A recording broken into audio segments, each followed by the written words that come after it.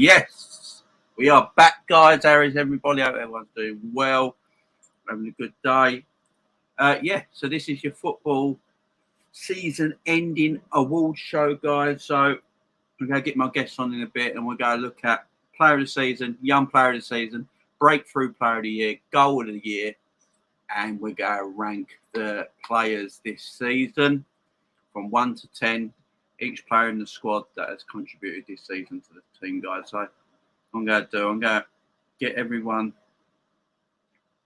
I'll put the link in. Let's get that link in. We've got a few guys that might come in as well a bit later on, have their say as well. But yeah, it should be a good video, this. So make sure, guys, you hit that like, hit the subscribe button if you've not done that already. Yeah, we're talking about everything Liverpool Football Club today. Everything Liverpool Football Club, guys. And there is some things we can talk about as well. This man is still pissing everyone off, and it's hilarious. I just find it funny. He's still upsetting people left, right, and centre. People are still talking about it now. Like 3 days ago, people are still going on about it. Love it. This man, he doesn't look happy in that photo. That's a terrible photo. But he is staying next season. Which is brilliant news also. Absolutely brilliant news. So the link is in the chat. Edward's get Edward in as well. My man, you all right, Edward? Yeah, I'm good. How are you? I'm doing all right, mate. I've got to turn my volume up because it's a bit low. Oh, how's your day been, mate? Pretty busy actually for work. Been at work today? Yeah, busy old day, eh? exactly. Yeah, so this should be a good one. So once everyone's come in, we'll break it all down. Let's get Savage in this as well. How are we, brother? My man, you all right? Yeah, Shah, you all right, Edward? I'm good. How are you? Fine, thank you, brother. Good. Oh, you look shad, mate. Huh? Nah, man. Nah. My missus just messaged me about Ray Lolita. I didn't know, so it's a shambles. Oh, man. yeah, Legend. I love Ray Lolita. Like Perhaps. Goodfellas is my greatest ever film. Yeah, it's mine as well, man. Legend, man. My favorite ever film, and he was awesome in that. Awesome. He's great. He's a great actor, man. I didn't even know there's anything wrong with him, to be honest. But who did I? Was he passed away in his sleep? Did they say? Yeah, man. Yeah, that's probably the best way to that's go. what I said, That's the way to go. Yeah. Totally. Yeah. There's a good film. What's the film I really like him in that no one likes it? It's Terminal. When he takes over the aeroplane. That movie's. Is it called Terminal, the movie? I think so. I can't remember now. Ain't Terminal the one with Tom Hanks? No, that's with Tom Hanks. Yeah, that dopey Christmas film. What's it called? He takes over the aeroplane, don't he? He's like a terrorist or something. He takes over the aeroplane. Yeah. I can't remember what it's called, man. Great film. Can't remember what it's called though. Really love that film. But Goodfellas, man, he's an absolute G in that film. Yeah, he was in the Soprano movie. What came out like this year or last year? I haven't. Do you know? I haven't seen that film. I've never seen The Sopranos. Oh, it's a badass film, man. I've never seen The Sopranos ever. Never had the time to watch it. But, I have got to start watching The Sopranos because everyone says it's great. Yeah. Get some comments while we carry on. Jamie, that's me having a D.S. Smith would say. Edward in the house. In the house.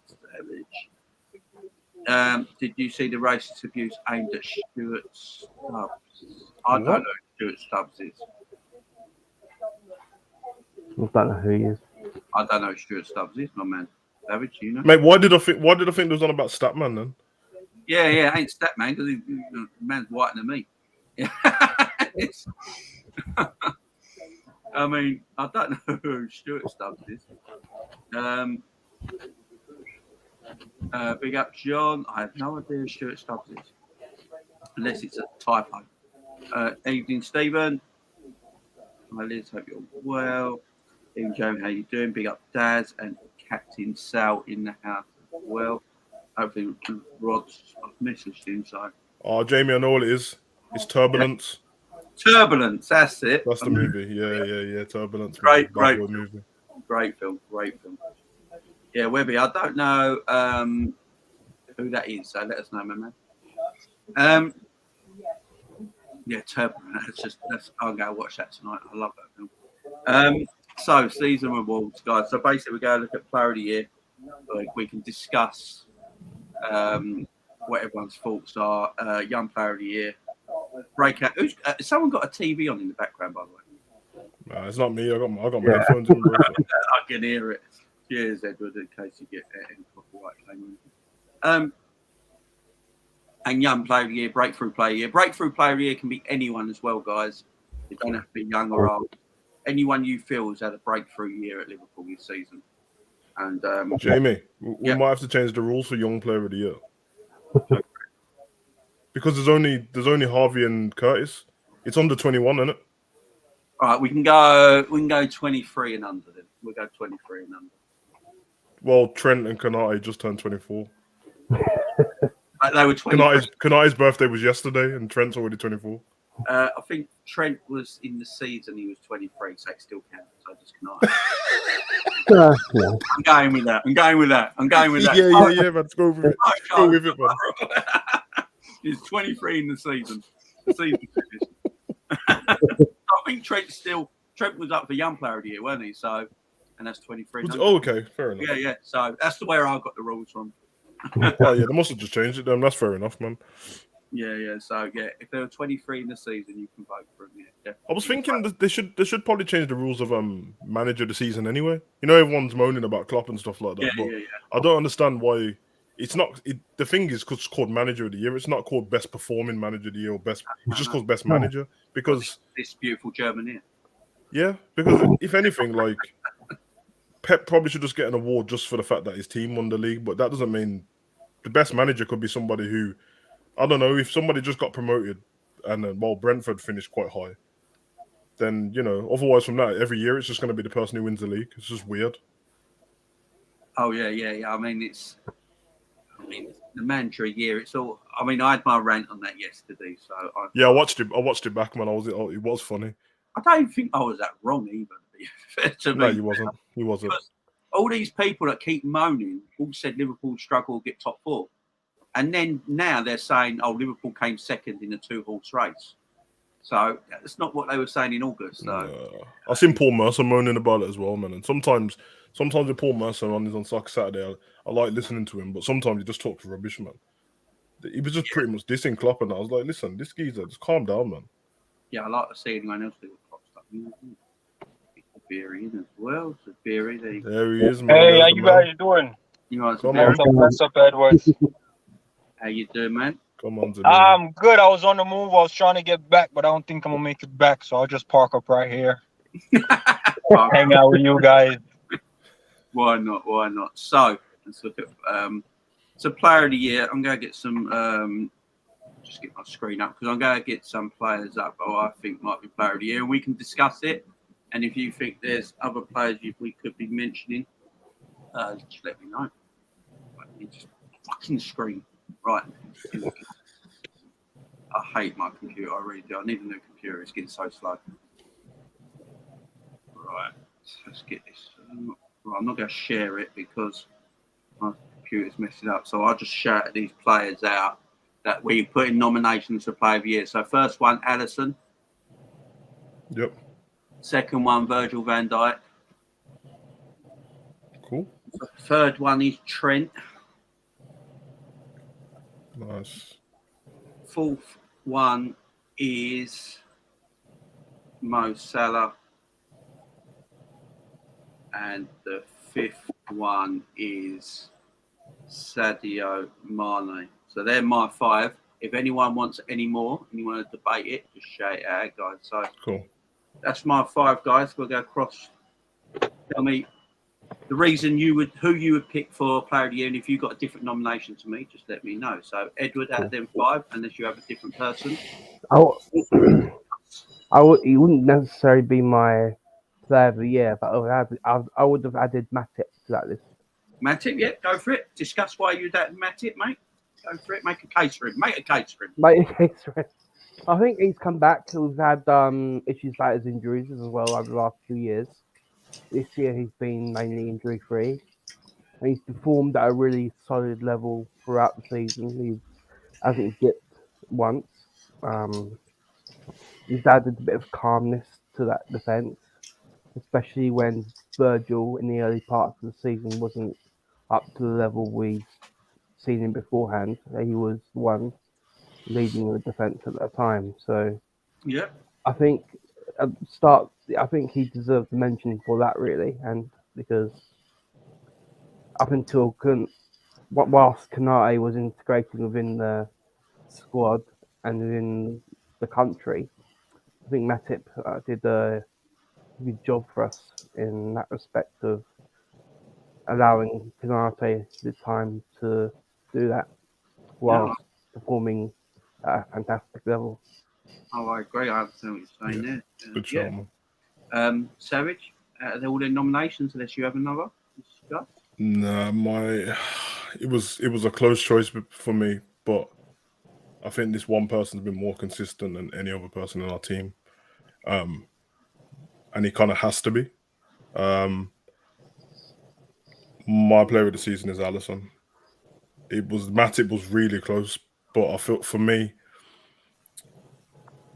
obviously it's a goalkeeper in it, so to be consistent is quite noticeable. If you're not consistent, it's very apparent. And yeah, he has moments when he makes the fans nervous, when sometimes he's so comfy on the ball, but he knows what he's doing. And even times when he looks like he's messed it up, he's got out of it with a bit of skill and just been cool.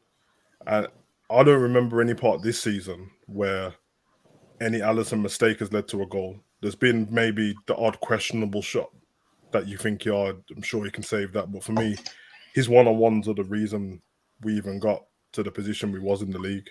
Now, of course, going the other way, there's the goals. But for me, Alison saves have been as big as goals this season.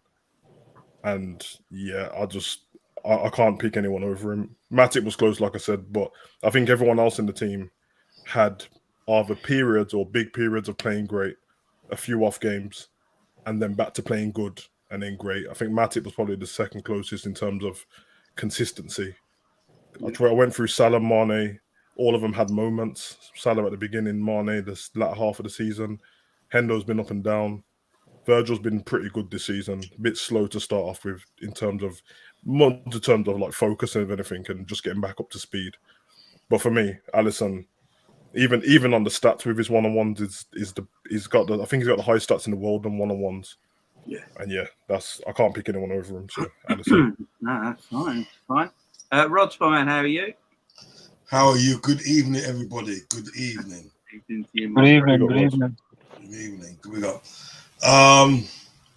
Who we got? Who we picking from? So, who is it? I said Alison. So my choices were Alison, Virgil. Who else did I say? Trent. Mane and Salah. And if you had any others that go to that, you can put them in why you think as well.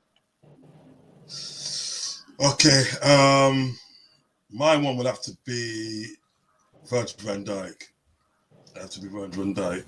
Sure. I think for like consistency, he's great. And I think for what he does in that back four, he's just brilliant. Do you know what I mean? And he should have got the Ballon d'Or that year. Yeah. You know what I mean? He should have got the Ballon d'Or that year, but we all know how that goes and everything that. Do you know what I mean? Good shout on Alison. I just think Alison is an amazing goalkeeper. He's just an amazing goalkeeper. And he seems to pull it off when you need for him to pull it off. Do you know what I mean? Yeah. And I said he doesn't miss many games. Do you know what I mean? You know, there was a time when he was injured a few times, stuff, but we had Adrian to sort of like fill in. And not being funny, I know a lot of people say things about Adrian, but Adrian's not a bad shot. He's not a bad shot. He tries his hardest, man. He does try his hardest. And to be honest, today, if Adrian was brilliant, yeah, he would be number one, wouldn't he? You know what I mean? Yeah, exactly. There's a reason why he's number two. Do you know what I mean? Yeah. Or number three and everything like that. But Alison, yeah. But my one has to be VVD and Luis Diaz from what he's come in and done. You know what I mean? I will throw Lewis Diaz into that mix because for what he's done, for when he's come here, he's adjusted to the game brilliantly. Do you know what I mean? Yeah. He's got no fear. He'll just run at you and for that. He's got unbelievable skill. I'm still thinking about that. I think he was playing Norwich or one of them teams when he got the ball over. Yeah, the touch over and he flicked it with his back foot, didn't he? And controlled it with the same foot as well. So, but overall, it's got to be VVD. VVD. Good shot. That's my man. That's my man. So Barry, you heard the options there, and unless there's anyone else you think deserves Player of the Year. It's a bit controversial because it's the season we're talking about. I know a lot of the players. My season, by the way, is not just Premier League, Cup, Champions League, it's everything. So. Okay, yeah. So taking all of that into consideration for Liverpool, right? I would have to take out Trent, as much as I love the guy, and I'll give Matip his spot. And I'll take out Mane and put Fabinho in his spot. I think for what they've done, it's brilliant, but it's too inconsistent over the season. So I won't give Mane a spot because of his AFCON, because that's not with Liverpool. Because even then, if I do that, I would have to drop down Salah for losing out on that. So I think Fab and Matip deserves a good shout. That's a good shout, man. Yeah, I think Matip was really needed because Van Dijk wasn't at his best. I would hate to take Van Dijk out because that guy, we know his impact. It's almost up there with Alisson's impact. Of course. As far as importance. Trent is also there, but we can go back and forth about him going backwards versus going forward. And I don't think the other guys, barring maybe Fabinho, we're not having that conversation about. We're not having a conversation about Alisson one-on-one saves, distribution, and his role. We're not having that conversation about VVD.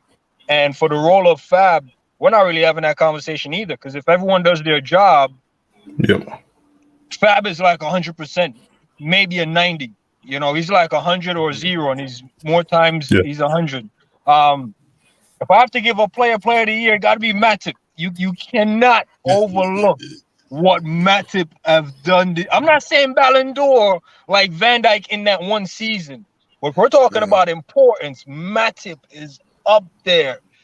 I'm talking about just being a monster. I mean, he's wobbly without VVD, but taking guys on, beating 3-4 men in the middle, laying it off, getting goals as well. 1-2, smashing it in. I mean, Matip was great. I think this might be a tough stream because I would say it's between Matip and Alisson. Salah, you take away the goals, he only started contributing, I would say, the last quarter of the season.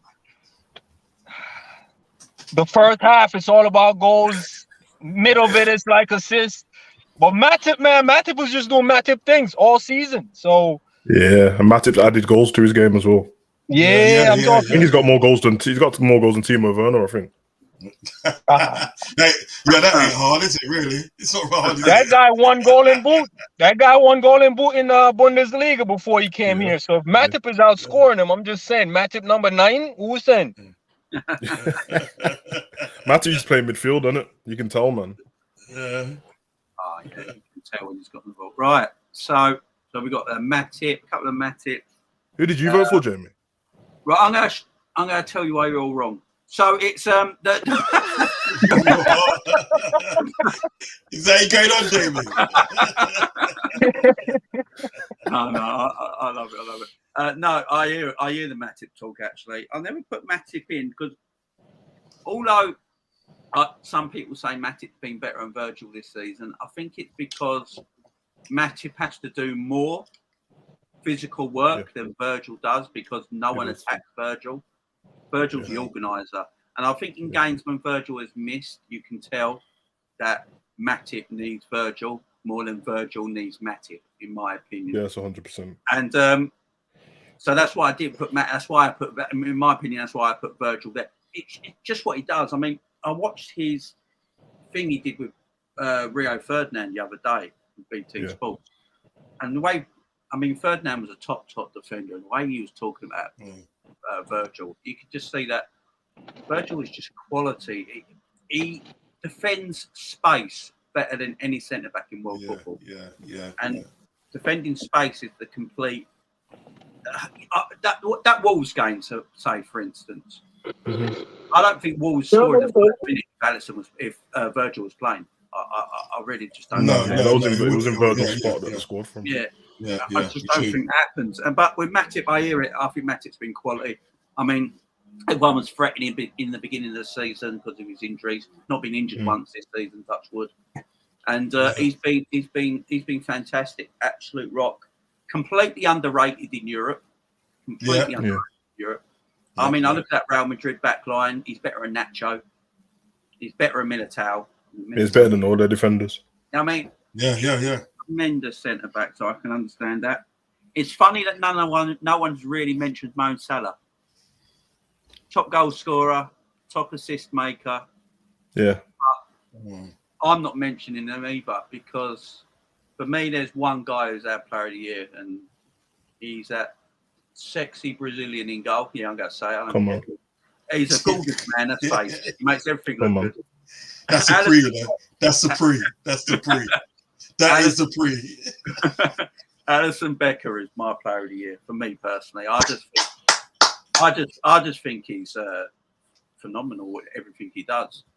He's so important. Arguably the best goalkeeper in the world right now on form. I don't think there's an argument. You know, honestly, without being objective. The geezer at AC Milan's quite good as well, to be fair. Oblak. Oh, not Oblak. I'm freezing about Atletico then. Yeah, I think he won Madrid Player of the Year, AC Milan's Player of the Year. Nah, man, the AC Milan goalkeeper's not good. Who's their goalkeeper? It begins with M. I can't remember his name now. Is it Magnung? I think. Yeah, that's it. That's it. He's right. No, he's quality. He's quality, but I wouldn't say he's arguable with Allison. Maybe De Gea he's arguable with, but not Allison, man. Hold on, that goalkeeper was he in the group games when we played him? Yeah. That same goalkeeper, mate, he's not the best in the world. He's not. He's rated only behind Allison this season in Europe, apparently. Black's a quality keeper. Black's quality. Yeah. I look at Allison. I look at Virgil van Dijk. To this day, for me, they're still Liverpool's two best players because we had Salah, Mane, and Bobby before Allison, and that showed up, and we didn't start winning anything till Allison and Virgil van Dijk really cemented themselves in the team. And for me, they still have two best players. They really are. Yeah, they are. I'm going to go Alison Becker just because he saves. His one-on-one saves are ridiculous. It's quality. Yeah, it's quality. I think it's 72% one-on-one saving. It's ridiculous. That shouldn't be that high. It shouldn't be that high. He's a phenomenon. So I'm going to go Allison. Edward, are you going for overall? You're on mute, Edward. Edward's watching TV, bro. Yeah, Edward's watching Emmerdale. Overall, I'll probably go for Salah overall. You go Salah overall? Yeah. I love Edward, man. Jamie just said no one's mentioned Salah, and then all of a sudden Edward pops back up with Salah. Man. You know those ones. Edward just go on, Edward. Go on. You forget the August December what he did, and Salah was great. Yeah, Salah's been phenomenal. Let's not take it exactly. I just love the fact that Edward. I'll have Allison as second choice. Yeah, I agree completely with what you said, on Allison. He'd be my joint. He'd be right beneath Salah, I think. Cool.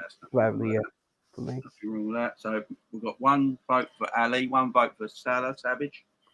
Allison 2, Rods. VVD and Sabiri.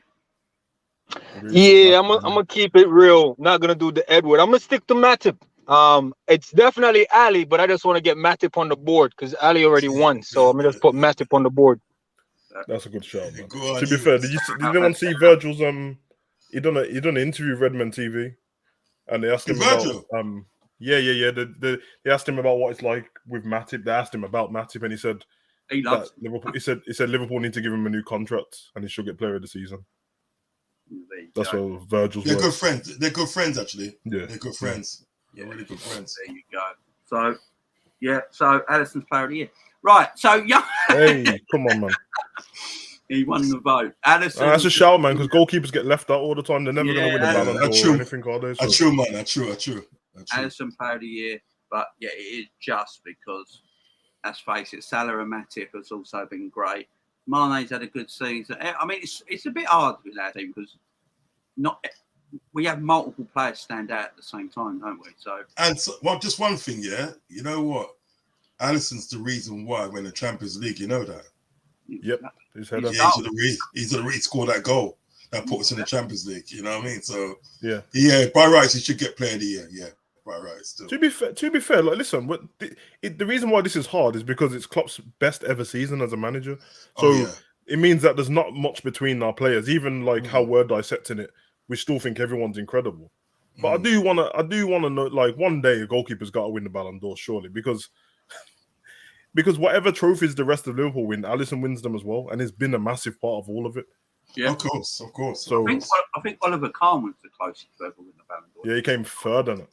Yeah, I think he's the closest ever. Oh, he was a goalkeeper. He won the World Cup and Bundesliga that year, I think it was. He was absolutely nuts. It's a fruit. I think Cannavaro won. He won the Cannavaro won World Player of the Year for winning he won the World Cup. 2006. That's when Henry should have got it, innit? Yeah. Cannavaro. Henry got he's not good like that, blood. Got Ish in that house as well. So Ish just got to give his nomination. So this might big up Ish, man. So this might big up, guys. Ish, how you doing, my friend? All good, guys. All good. Sorry, I'm late. Yes, man. No, right. But yeah, it's good to be here. So we're just talking about Player of the Year at the moment. So the votes were I put on. You can have your own choice as well. So I put Alisson in there, Virgil, Trent, Salah, and Mane. They're my five. The boys have had their choice. What's your choice, my friend? And you can choose someone else you don't agree with them ones there. Just one, yeah, just the top one. Or do you want to pick?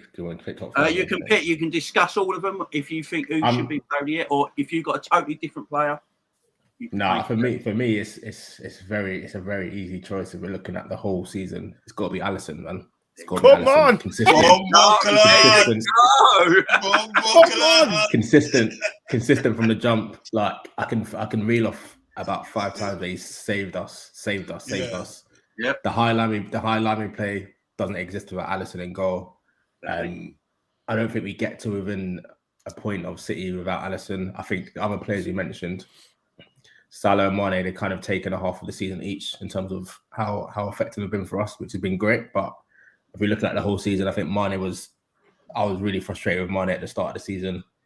When Salah was obviously like best player of the world contender, they seem to have flipped since AFCON. Yeah. Virgil, I think it's been good, but I think he had a shaky start, which is to be expected. I think Trent's been good. I think Trent's been very good this season. He's been consistent as well. He'd probably be in my top 3 as well. But I think if we're looking at the moments and the consistency, which I think over the whole course of the season, that's what you've got to really factor in. I think, Alisson, without a shadow of a doubt for me.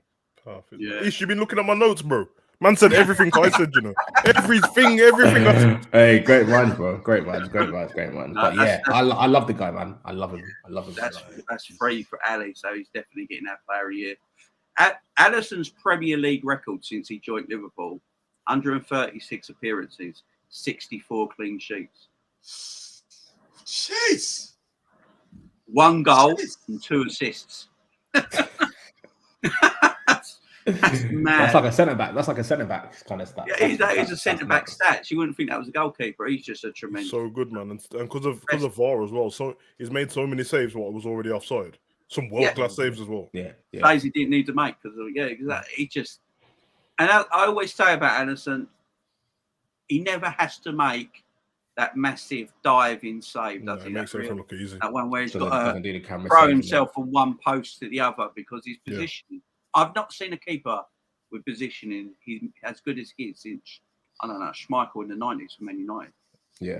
Yeah. His positioning is everything. Yeah, he's definitely Liverpool's player of the year for me, no doubt about it.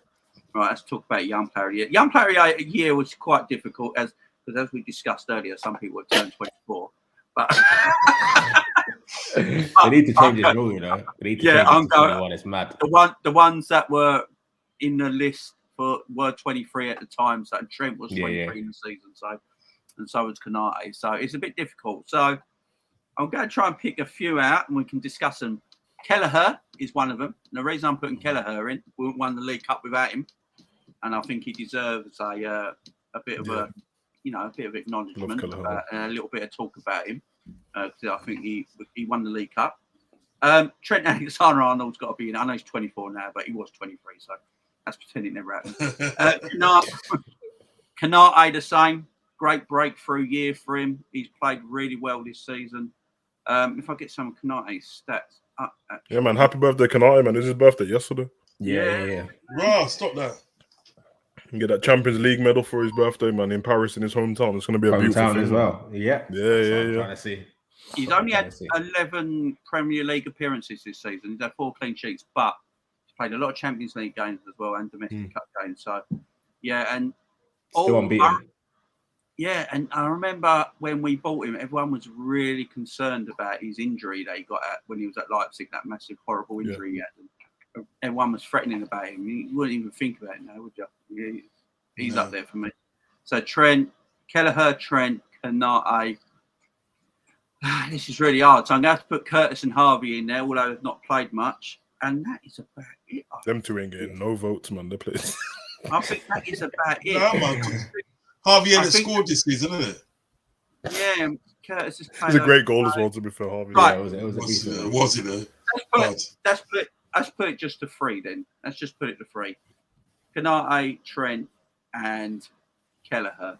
I'm putting Kelleher in there. I don't care what anyone says. He won the League Cup. Yeah. So Kelleher's going in there. Edward, discuss the 3 of them.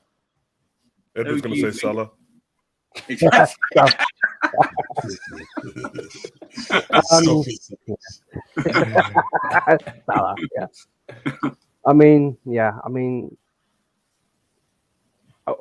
would agree with you saying I think Kelleher. It's been a problem since the last few years not having a good understudy, and now we finally have one. And he's obviously under 23, and he was integral to us winning the League Cup. And although Trent is the correct answer, because he has been our best under 23 under youth player, whatever, my vote would go to Kelleher for that reason, because we've got the solidity of a decent backup now. So we don't need to worry about that. And also because we can play him in the cups and because of what he did in that cup run.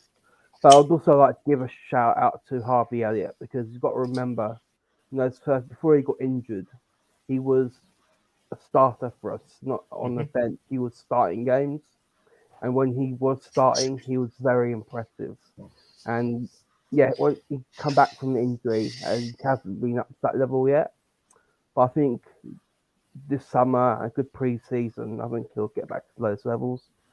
But I think he deserves a shout out because of what he did in the first couple of months before his injury. Yeah, I agree totally. With Trent as well, I've just got Trent's stats up. Trent's stats are mad, guys. They're just mad.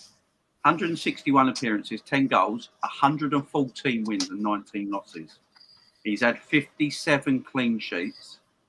He's had 45 assists in 161 Premier League. This is just Premier League stats as well. This ain't all combined. It's just Premier League stats. 45 Premier League stats in 161 Premier League games as a right back. He passes 60 times per match. That is just ridiculous. And he's created 64 big chances as a right back in the Premier League on his own. He's ridiculous. I mean, Kelleher as well. I'm glad I put Kelleher in there as well, just to give him his due, because, he did win us the League Cup, in my opinion. He got us to the final. He was a massive part of the final as well. He performed beautifully in the final. I thought he was fantastic. So that's why I put him in there. Savage, who do you think, my friend? Yeah, first of all, I'll shout out all the youngsters in our team, man. It can't be the easiest team to play for when you're so young.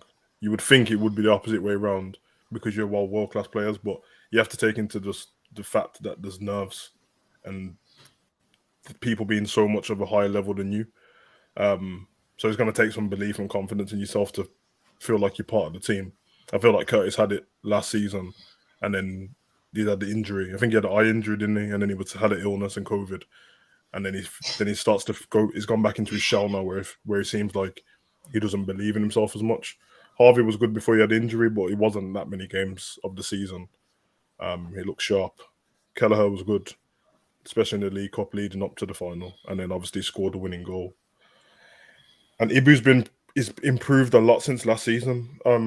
Obviously with Ibu, I've always got in my head that like his positioning as a defender wasn't always the greatest, which is fine with his age. He's going to get better and he's going to learn from the best defender in the world. And every now and again it comes back out, but he's had massive games this season where he's been the star guy.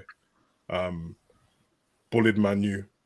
I think there was the game against AC Milan where I think Zlatan ended up just giving him a hug because he couldn't get past him. He just kept pushing him over. Well, it wasn't happening. But yeah, without all of the fairy tales and that, it's got to be Trent. The stats you've just read off are ridiculous, but on top of that, I can imagine that there's loads of crosses and passes he's put in and no one's finished them. Because when we're watching the game, sometimes I'm like, he's just putting a worldie of a cross, and our strikers ain't up to par on it, and they ain't put it away. He has had games.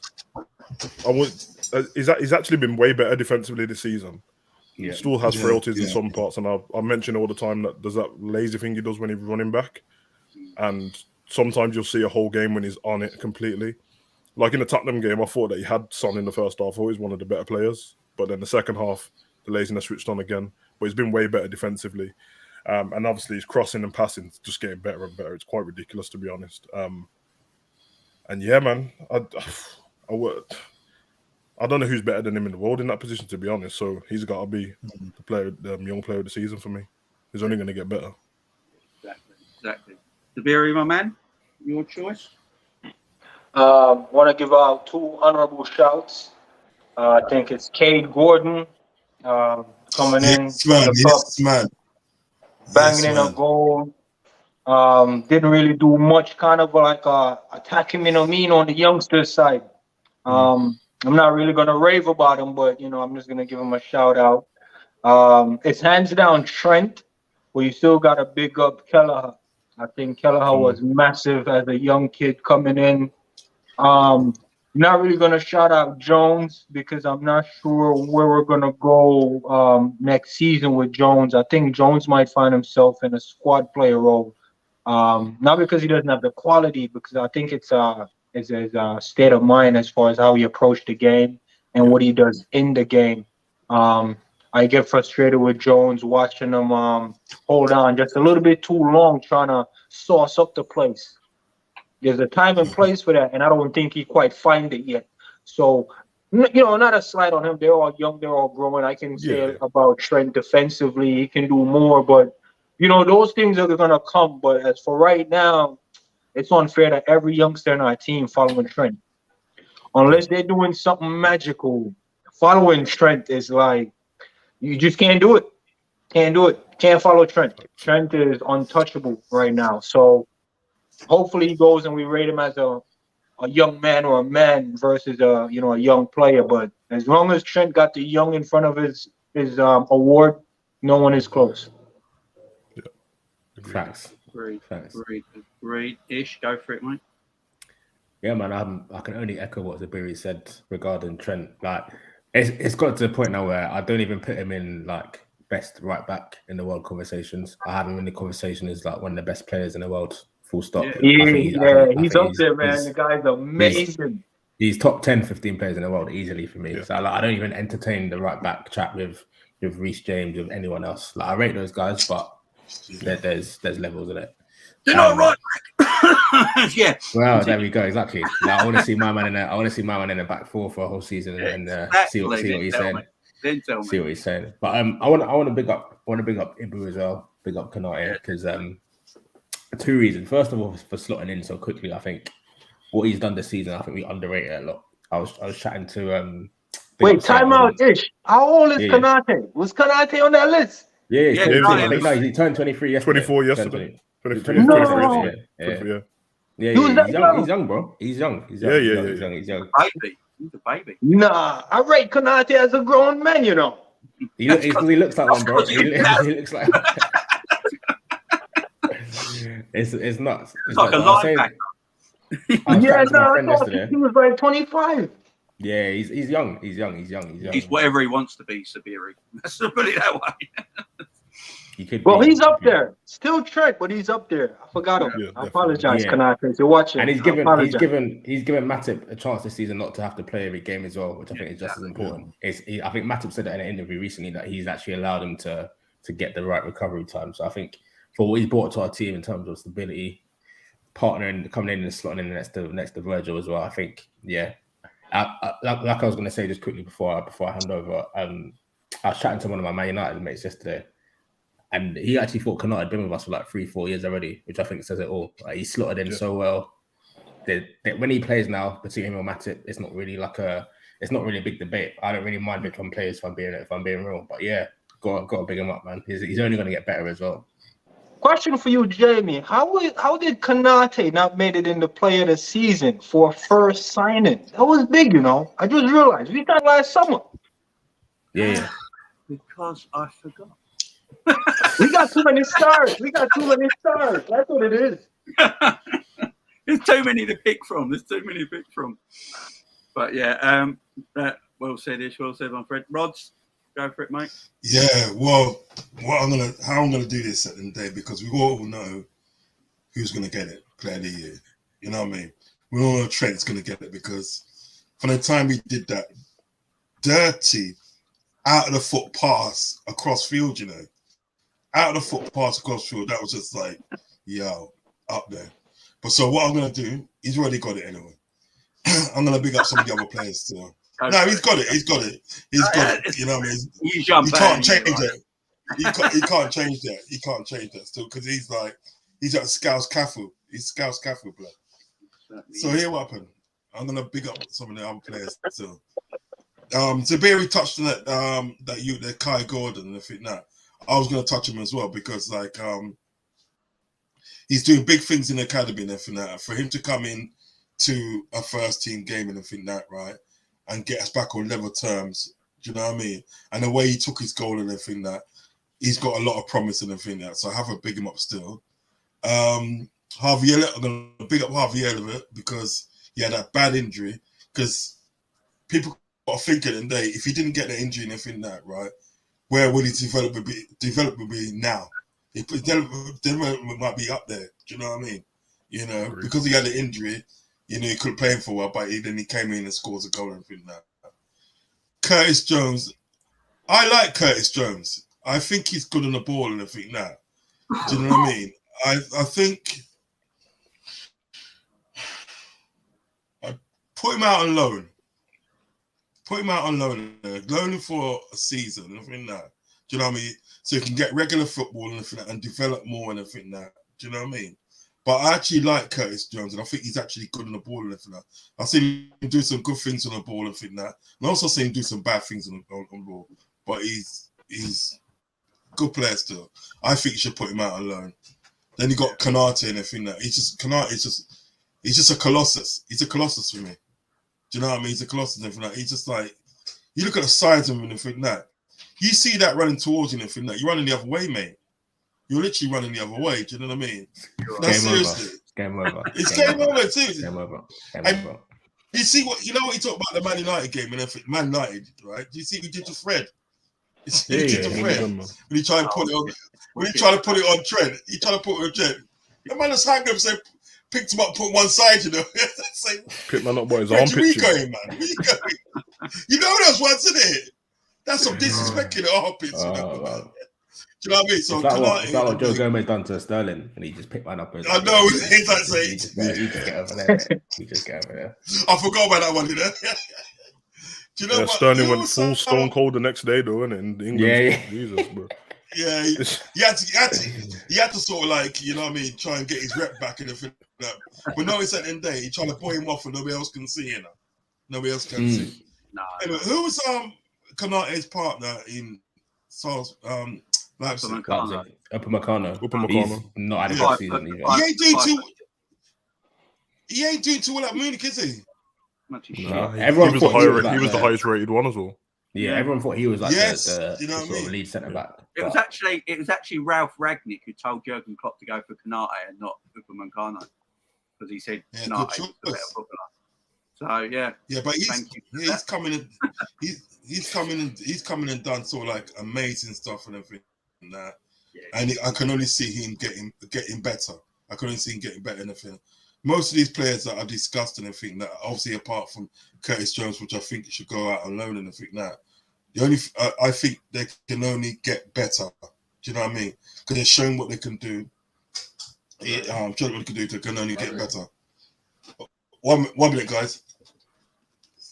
Cool, mate. Do you know what Rod said about Elliot though? Because when Elliot started the season, he was playing ahead. It was ahead of Naby.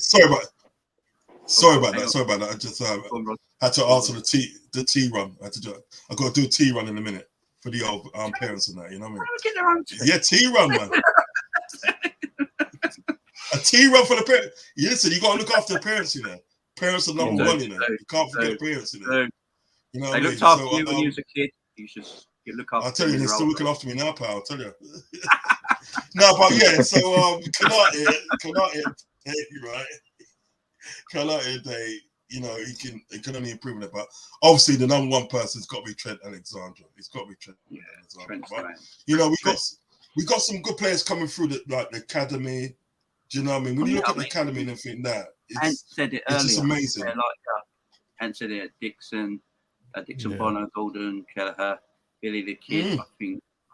Hey, I'm not sure. I ain't sure. Listen. I think the kid might end up not Candy or something like that. Jay, no slander at that, but not Candy. Billy the Kid's not the one still. I was at that Leicester game, bro. He played one game for us. I was like, I don't want to see this done again. That Leicester game is one of the worst performances I've ever seen, bro. Yeah. He was bad, bro. He was bad. I don't. He's not really going to make it. I don't think. But Reece Williams. Yeah, not County. Big up I like Reece Williams, bro, but this man is the slowest guy. Yeah. Reece Williams is slower than me, and I've got a disability. You know what I'm saying? It is, I've got a limp, one leg shorter than the other, and I can run faster than Reece Williams. Boys, do you know what the funniest thing is? He's gonna get slower with age as well. The kid's 20. The kid's 20 years old. You know what it is? You know what it is? Reece is a 1980 center back in 2022. Yeah. Center back never had pace back then, you know. They were just tall, great ahead in the ball. That's what it is. Listen, but I like him. Listen, I like those. I like him as a kid. And if we win the Champions League, we have to pick him up and that. But yeah, he's not. Yeah, trust me, Brewster's still in the barbershop with the medal, bro, and he ain't done anything, bro. Brewster's running around London with it on the rounded neck every day, you know, bro, like an Olympian. Have you clocked? He's still like all of our players' posts, like all the time. Like, bro, you're just sitting trying to get a move back in Sheffield and on Instagram all day, bro. Like, listen, I'm sorry about the Reece slander, man. Listen, I'm sorry, man. Stop that. Didn't they release him from thing? Didn't they release Ryan Brewster from Sheffield United? Is he a Swansea? No, I think Reece was at Sheffield United, isn't it? No, we give him to Sheffield United, didn't it? And then he didn't score. And then he went to Swansea.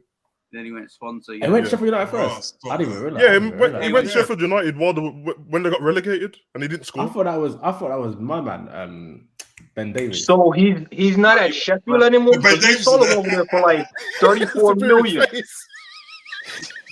I'm lost. FSG I'm are watching crooks, bro. Sheffield, and he's not on the team, and I was wondering We're where just was he. selling, I thought man. it was Bare injured. broken PlayStations, bro. Like I don't know how we do this, man. Brewster, Solanke, and all that. I don't know how we get money for. Oh, big up Nat Phillips, though. Oh, you're My talking about guy. Brewster. I thought you were talking about Reece Williams. Yeah, I remember Brewster's. Oh, Brewster's no. not- Reece Brewster- Williams, son, Liverpool squad, isn't it? Jackson, Yeah. he used the Champions League medal to get 25. Fact. So Hey, true. man. The man had his hair cut. He had a fresh trim while wearing his medal. I mean, that is just. To be Did fair not play a to single Reece minute. Williams, last Jack, season if when you're we were free, come terrible, on.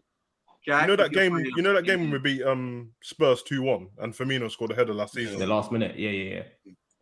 I swear Reece played in that game.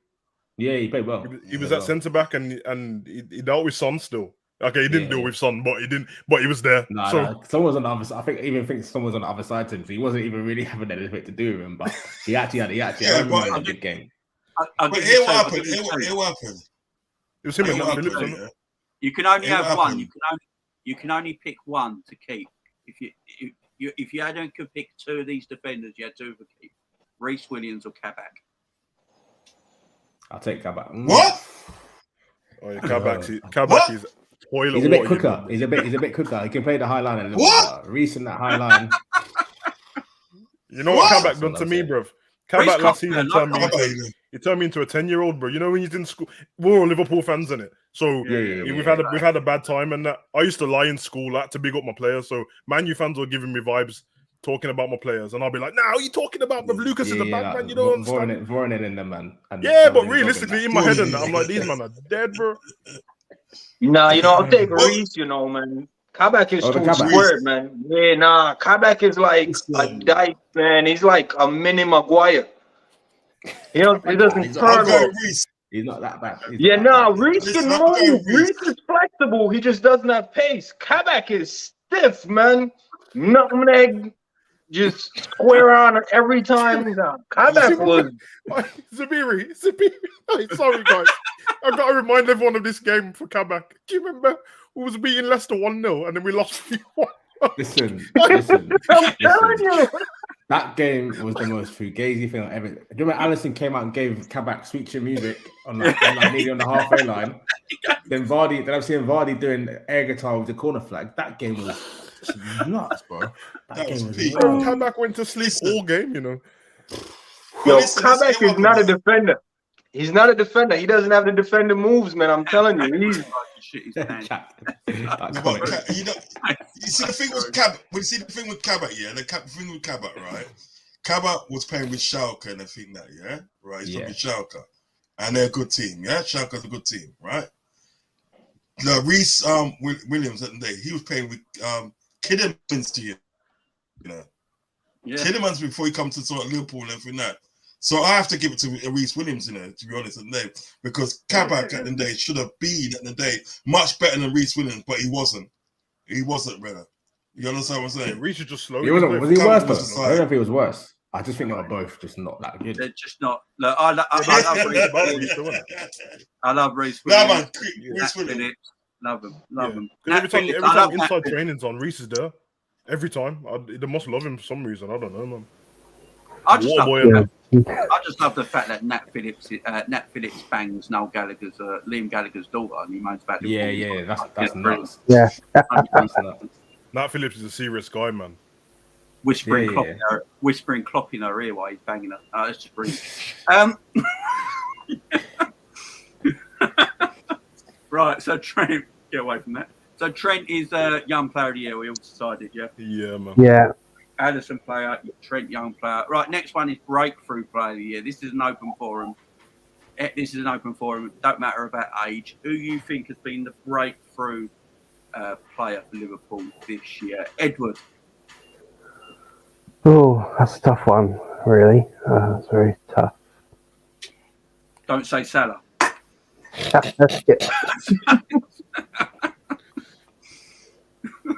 When you think about it, when you through the squad, you got the obvious answer is obviously because he's signed in January. But I wouldn't really call him breakthrough because he's already at that level. I'm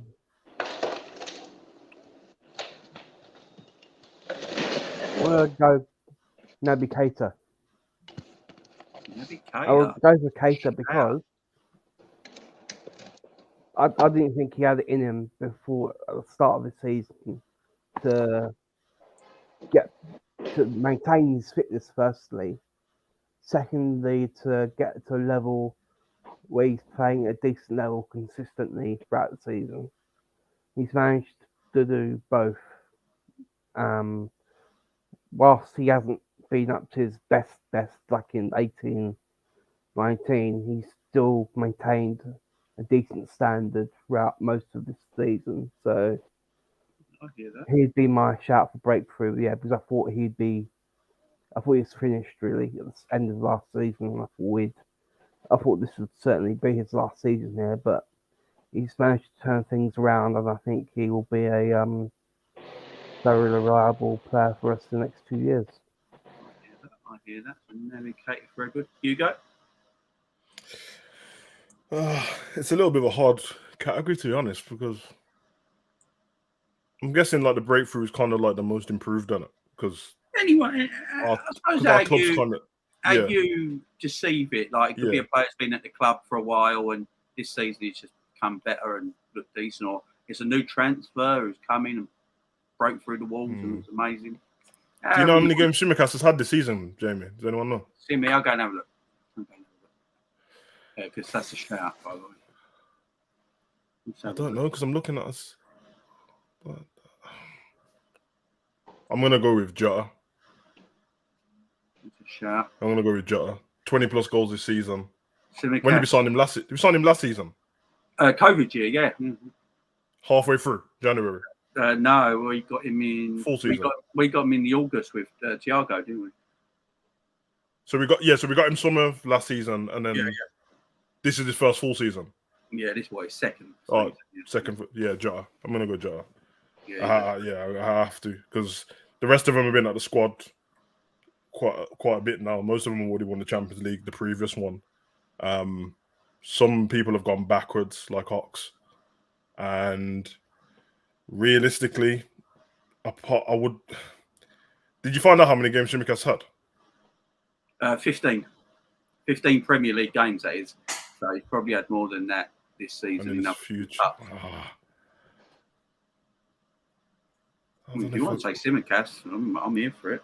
Yeah, it's a hard one because Jota's kind of gone under. He's kind of gone under the radar a little bit because people don't enjoy his football as much. But no, I think even in the League Cup and stuff like that, Jota, and in AFCON time when Salah and Mane was gone, Jota was doing everything. Let me get out Jota's stats. Only thing I do think Jota has fallen away quite a bit. Yes, I don't think he's bagged a goal since the City game.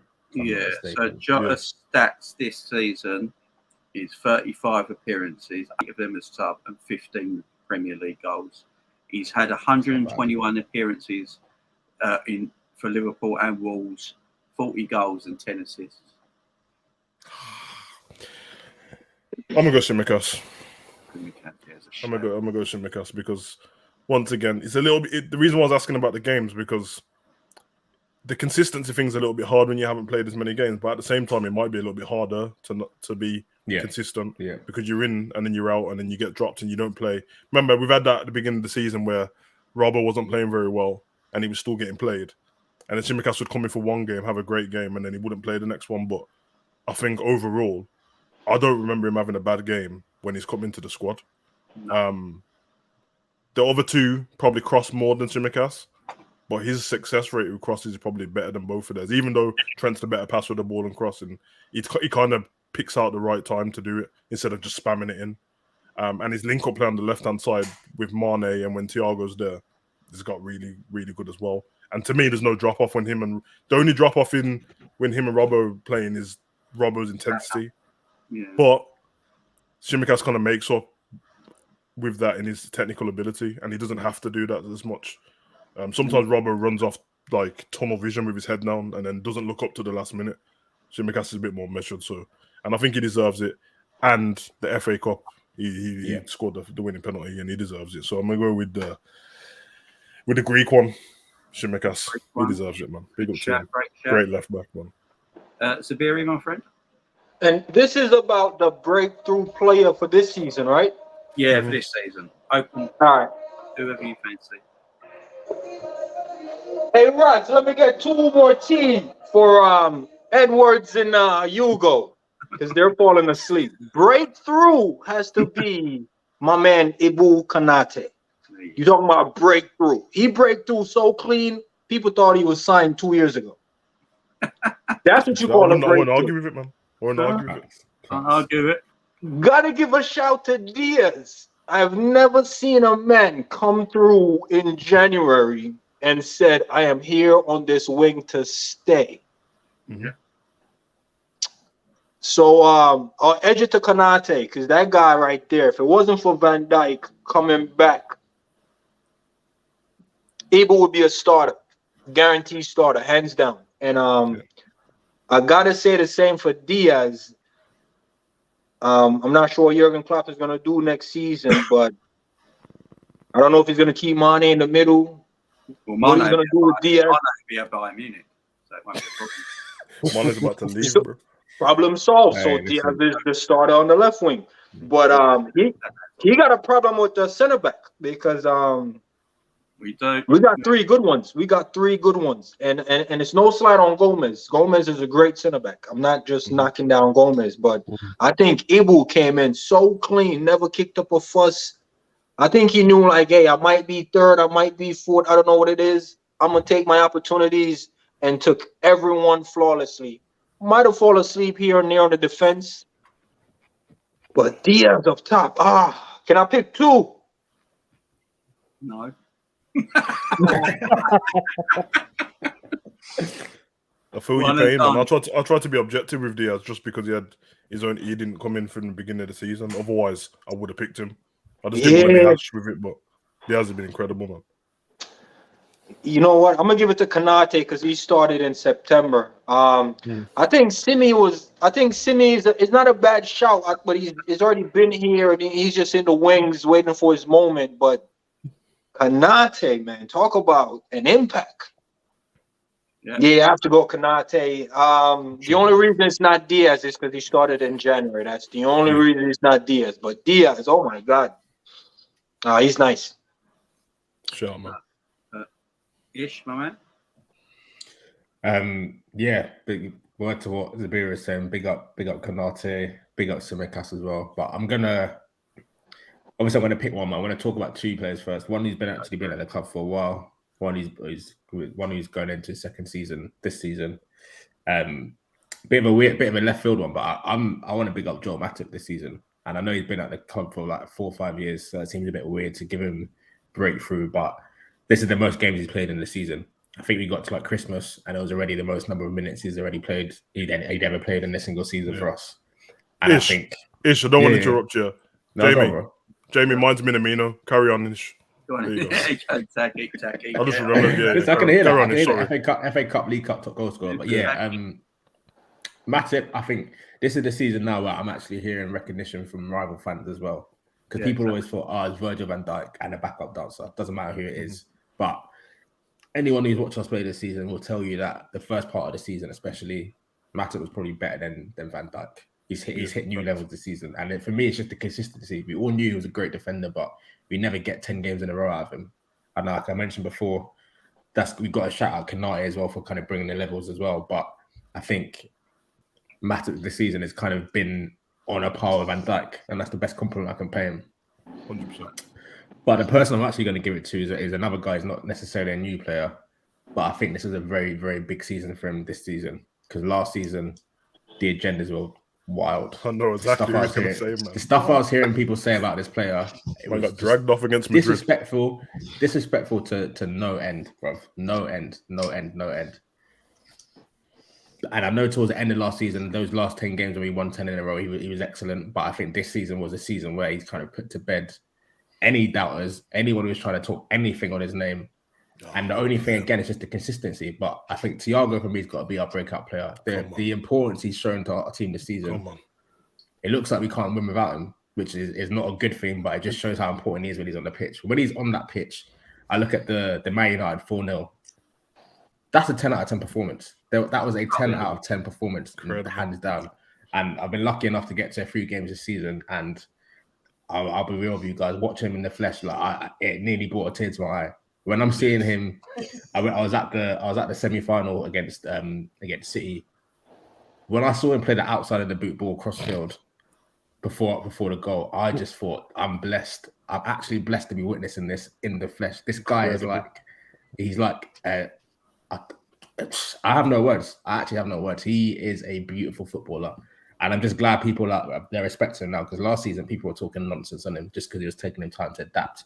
Man was playing in front of Nat Phillips and Reece Williams and expected to ball out. But yeah, man, he put it all to bed now. And I just hope we can keep him fit for longer. But it just is what it is with him. He never seems to stay fit. But yeah, man, Thiago. That's a great shot, man.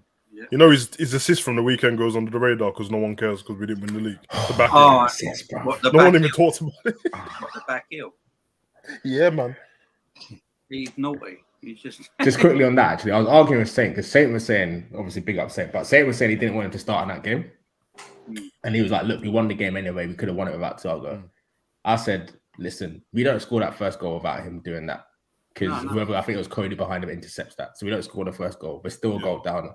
I don't know if we will get back into that game otherwise." So that's the only thing. It looks like we can't win games, like big games, without him, and it's annoying because he can't seem to stay fit for a long period of time. But he's the best footballer at the club for me, hands down. Incredible. He's the best. He's the best footballer at the club. It's a joke. Is he the only world-class player we've ever brought? He's on it. He was world-class at their prime. Yeah. Because we always buy it and then turn him into. But he was genuinely world-class when we bought him. I think Ali was very close. Yeah, I agree with you. Ali and VVD, I think they were.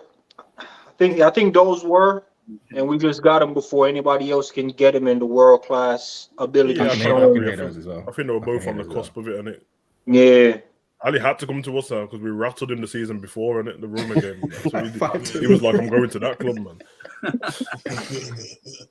Oh man, Rods, your breakthrough player. Yeah. Breakthrough player. Thiago, it's got to be Thiago. It's got to be Thiago. I think what we've done when we bought Thiago, we bought him for his experience and his technical ability and for that, and he's shown it. Do you know what I mean? You don't win 7 trophies with Barcelona if you're rubbish. You don't do it. Do you know what I mean? You know, and he did well at Bayern Munich as well. Do you know what I mean? So forget that. Do you know what I mean? So we bought him on the premises of the day, so experience for that midfield, pick that pass out and stuff like that. And his technical ability, he reminds me of Xabi Alonso, but better. But better, do you know what I mean? You know? Yeah. I mean, it's been a while since we've had that player. It's been a while since we had that sort of player in our squad. You know what I mean? You got to probably say since Xabi Alonso days, you know what I mean? Because Xabi Alonso can pick a pass out from anything, do you know what I mean? You know, I still remember that, like, the goal he scored from then off the halfway line against Newcastle. Do you know what I mean? You know, I was going to say, which one? Because he done it against Luton in the cup as well. He did Luton. He did Luton. And, you know, I live in Luton and everything that. And I remember I was going to work that night and everything that, right? I was literally late for work because I had to watch the end of the game. So, like, you know, Thiago is that sort of player that you need in your squad. If you're gonna sort of like, if you want to do something, you want to win a tournament or you know any game of importance, you need Thiago in your squad and everything that. And he's just to me, he's just amazing. He's just an amazing player still. Do you know what I mean? I mean, obviously, second you could talk with Luis Diaz. You could say Luis Diaz as second because he's done bits and everything that. But no, not bits like Thiago and everything like that. Because some of the passes that I see Thiago do since he's come in and everything like that. As I said, even in Man United, he literally took the piss out of Man United. He literally laughed at them. Do you know what I mean? He literally laughed at them. Yeah, he's just, you know, do you remember the first game he played against Chelsea? Sky Sports made a highlight reel of his passes. Yeah, 100 passes. In one half, innit? Yeah, 100 passes in one half. In fact, that's just ridiculous. So it has to be Thiago for his technical ability and, you know, just his overall self. Thiago for me. Thiago for me. Hands down. It's crazy you lot saying that out loud, man. I can't believe that we have Diaz and Thiago on the same team, man. I can't believe they play for us, you know. That's mad. Yeah, innit? I mean, when I look at breakthrough, I'm looking at Thiago as well. I'm just looking at Thiago's stats. You know, last season he played 24 appearances in the Premier League. This season he played 25. He only actually played one more game this season than he did last season in the Premier League. But it seems like he's played lots more this season, doesn't it? He's only played one more game. What people still to this day, because you have a lot of stat merchants out there in the world, don't they? They look at Thiago and he doesn't get assists, he doesn't get goals. But what he is, he's the controller of our midfield. He's the engine. He's the conductor. He tells the train where to go. You know what I mean? That's what Thiago does. And we haven't had that since Xabi Alonso. And he's completely changed our midfield. And he's so important to us. And this season, I think we've seen the Bayern Munich Thiago. That's what we've seen this season. And that's what we bought. Come on. And if you look at Bayern Munich as well, Bayern Munich have not been better. They've been worse defensively since Thiago left Bayern Munich as well. Yeah, and I know they're who's the bloke who sits in the director's box at Bayern Munich? I can't remember his name now. But yeah, that's it. He was speaking about it. He said we ain't the same about Thiago since he left. Yeah, that's why they're trying to get Gravenberch in now, isn't it? Because they need somebody in midfield. They control midfields. Yeah, for me, I'm in total agreement. Thiago is my. I agree with all of us. To be fair, I wouldn't argue with it at all, man. It's just different perspective. To be fair to Thiago, like, if he was a little bit taller, it'd be even better. Because sometimes he goes in for these perfect slide tackles and that, but his legs ain't long enough. That's it. He tries so hard. It's fact. But saying that about his height, though, he is unreal in the air. His timing in the air is just a joke. Like, if he was 6'2", it's game over. It's game over for everyone. Yeah, I love Thiago, man. Hopefully, I will give a shout out to Tsimikas, though, because Tsimikas has come in this season, and he actually questioned people's him staying into the left back over Robbo. Yeah. So when you put that in the atmosphere and people start talking about that, it means you must be a special left back. So we got the two best left backs in the Premier League, in my opinion, in our positions. Yeah. I don't think anyone's got a better backup left back to their number one left back in any team. Cancelo's a shout. I'd have to be fair. I like that guy, man. Cancelo's a baller.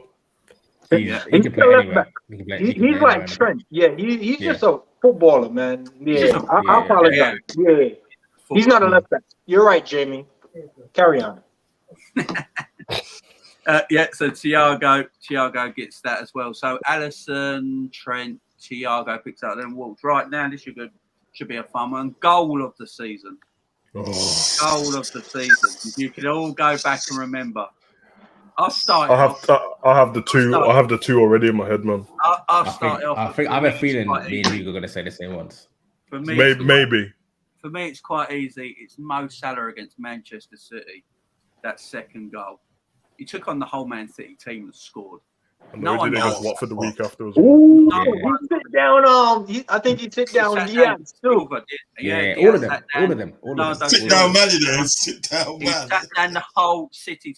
Who does that? I've never seen anyone do that to Man City. For me, that is goal of the season. I know you can talk about. Some people will talk about any team in Premier League. Like even if it ain't Liverpool, people will talk about Kovacic strike against Liverpool. That was a cracking goal as well. But that's not better than something. Even just goal of the season that ain't nothing to do with Liverpool. I just don't see how you can get better than Mo Salah's goal against Man City at Anfield. He took on the whole Man City team and scored. Put us 2-1 up, and then we switched off and bloody they equalised.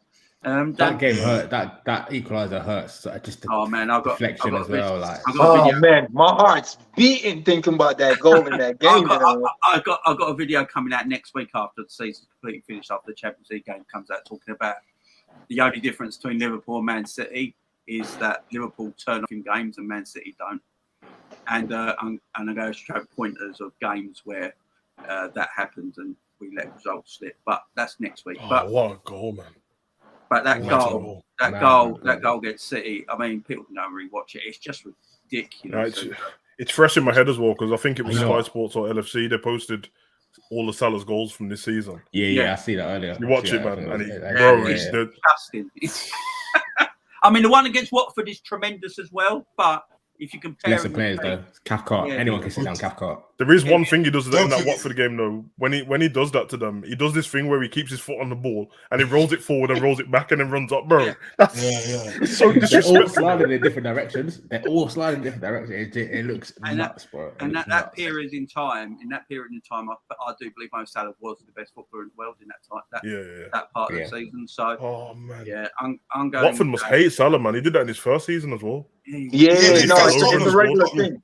He did against Tottenham, didn't he? Tottenham. He did against Tottenham. He does it a lot. Tottenham game, that's when, and then Kane scored straight after, and it was 2-2. That made me so mad that Kane got a penalty. That's when Thingy died. When Virgil barely tried him. He's a baller. Edward, that's a shout, Jamie. That's a shout. But I'll tell you why you're wrong when it gets to me. Edward, your Liverpool goal of the season? I don't remember them all, but yeah. I mean, you can't go far wrong on those two Salah goals. I'd like to also give a suggestion for Keita's goal against Palace and the Ooh, yeah, that's a shout. And the celebration as well. When he just looked like that, he couldn't believe it. Yeah. Off the top of my head, that's all I can remember. Top goals, that's all I can remember at the moment. I mean, the season's been long, hasn't it? Exactly, yeah. Did Thiago score an absolute cracker? Oh, there it is, Jamie. There it is. There it is. Oh, that was one of mine. That goal was. That was sauce, blood. That was saucy right there. That's that is sauce, blood. Completely smooth. Does Steven Gerrard hit them like Thiago, or Thiago hit it like Steven Gerrard? Olympiacos 2005. West Ham. That's how it was hit, man. It was well hit. That's all I'm saying. I've never seen anyone hit a ball better than Steven Gerrard since Amber Heard did it on Johnny Depp. You know what I mean? That's the last time You dickhead. You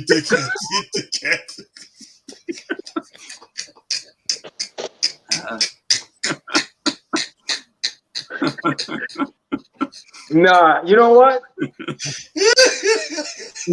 I'll jump in right here. Nah, the reason why I like that goal, it's the closest thing I've seen to Steven Gerrard since he left. Fuck's sake. That goal was different. That goal was different. But Edward, who was you going for? Was it the Salah one? I was going to go for. I was trying to think because the Salah one. You like the Kate one? I like the Kate one against Palace.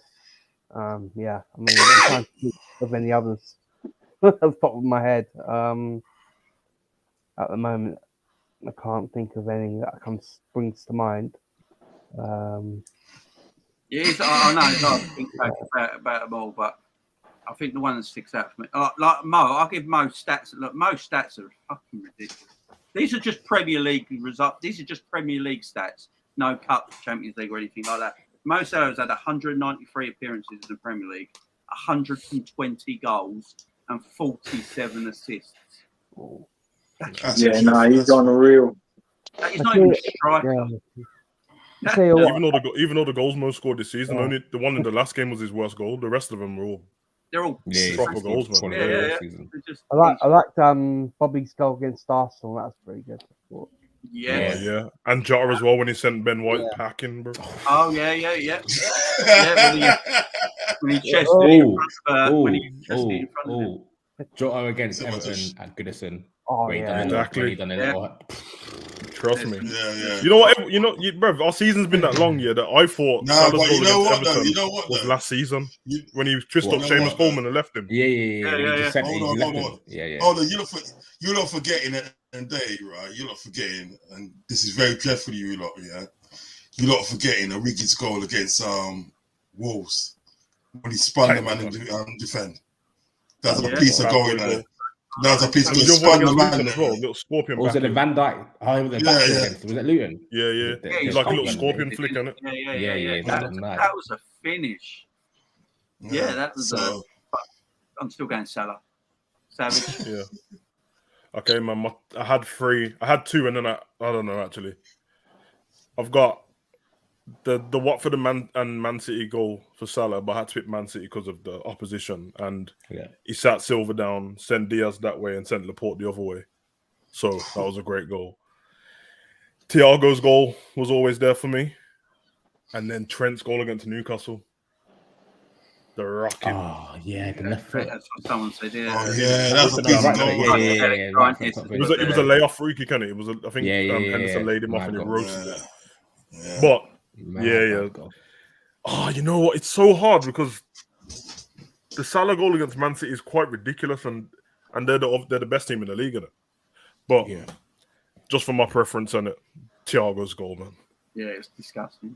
Yeah, man, because the streets are saying that the ball's still moving, bro. I'm telling you, man. That was a grass cutter, bro. That cut grass, bro. Yo, yeah, I'm gonna go Thiago, man. But trust me, Salah's was so close, man. You know what? I feel like if we won that City game, I would have just been hand down. Exactly, but in the context, exactly. I'm still pissed off when I think of the goal because I think 5 minutes later we went and flipping conceded. That's stupid, deflected. So it kind of taints. I know it shouldn't, but kind of taints it a bit for me. But yeah, the Salah one was bad. The last Premier game against Man City winded me up to this day, bro. How they let Jesus just run around the back, and then De Bruyne's deflection. He gets me so mad. I keep having dreams of Fabinho just watching KDB jog past him. And it's anyway. Go on, Samiri. All right, so I was gonna say the Thiago goal, but that's runner-up to this goal. Trust me, this goal is clutch, class, and everything.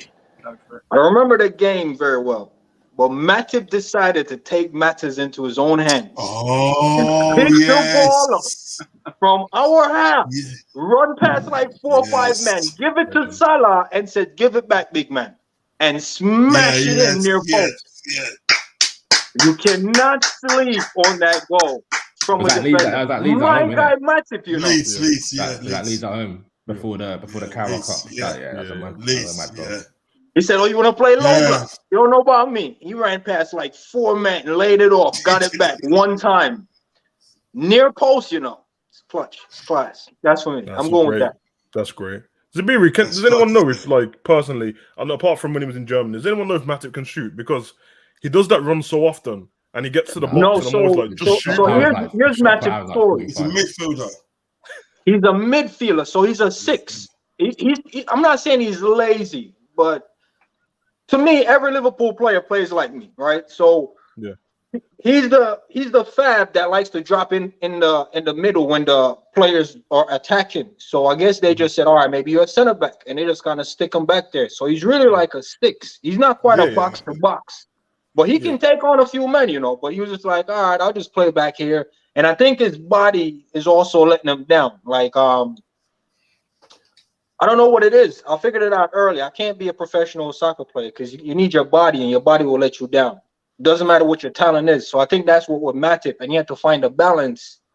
And he recently found it, and that's why he got that breakthrough, I think, from you-ish, because he had to put down international duties to make sure his body can keep up with the demand of the Prem and all the competition. So I think that's how he ended up being a center back. But you can call him and ask him. I call him and ask him for you tomorrow. No, but what I mean is, it's a choice, and when he runs through teams, which he does damn near every game. When he runs through, it's a choice when he gets to the edge of the box not to shoot. Sometimes, right? You know who used to do position. that? Emre Can used to do that a lot. If you remember, Can used to do it all the time. Yeah. Can will run through the entire field, bring the ball to the ball line, bring it all the way back, and then make a dead sideways pass. And I'm standing there like, you went from half line, touch line, center of the box, and a dead cross field pass, 6 yards. Yeah. Chan for you, man. Then he scores a bicycle kick against thingy. That's his thing. I'm screaming shoot every time Matip goes near. Every time, man. Every time. Matip. So that's who I'm going with. That's my goal of the season. Great goal. That was needed. Fair enough. Ish. I had 2 of them had said. So obviously the Salah City goal, which you've spoken about, and obviously the Thiago one as well. But I don't know if it's recency bias or not, but a goal that kind of sticks out from the last few games. Great team goal, one of the best assists you'll ever see. But it's got to be the Salah's goal against United at home. with the Mane assist. What a goal!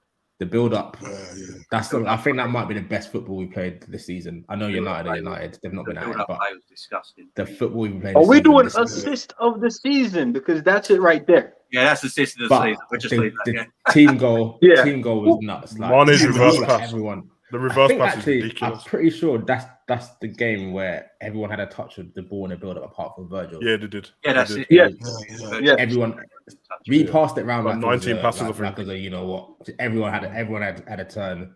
Then we just said, yeah, Mane, you did a final little layoff. What an assist! And then a great finish by Mo as well. But yeah, that one sticks out just because the speed we were playing at was unreal. I have not seen us play that good for the whole season, I think. But yeah, for me as like a team goal, that's got to be up there. That's got to be up there.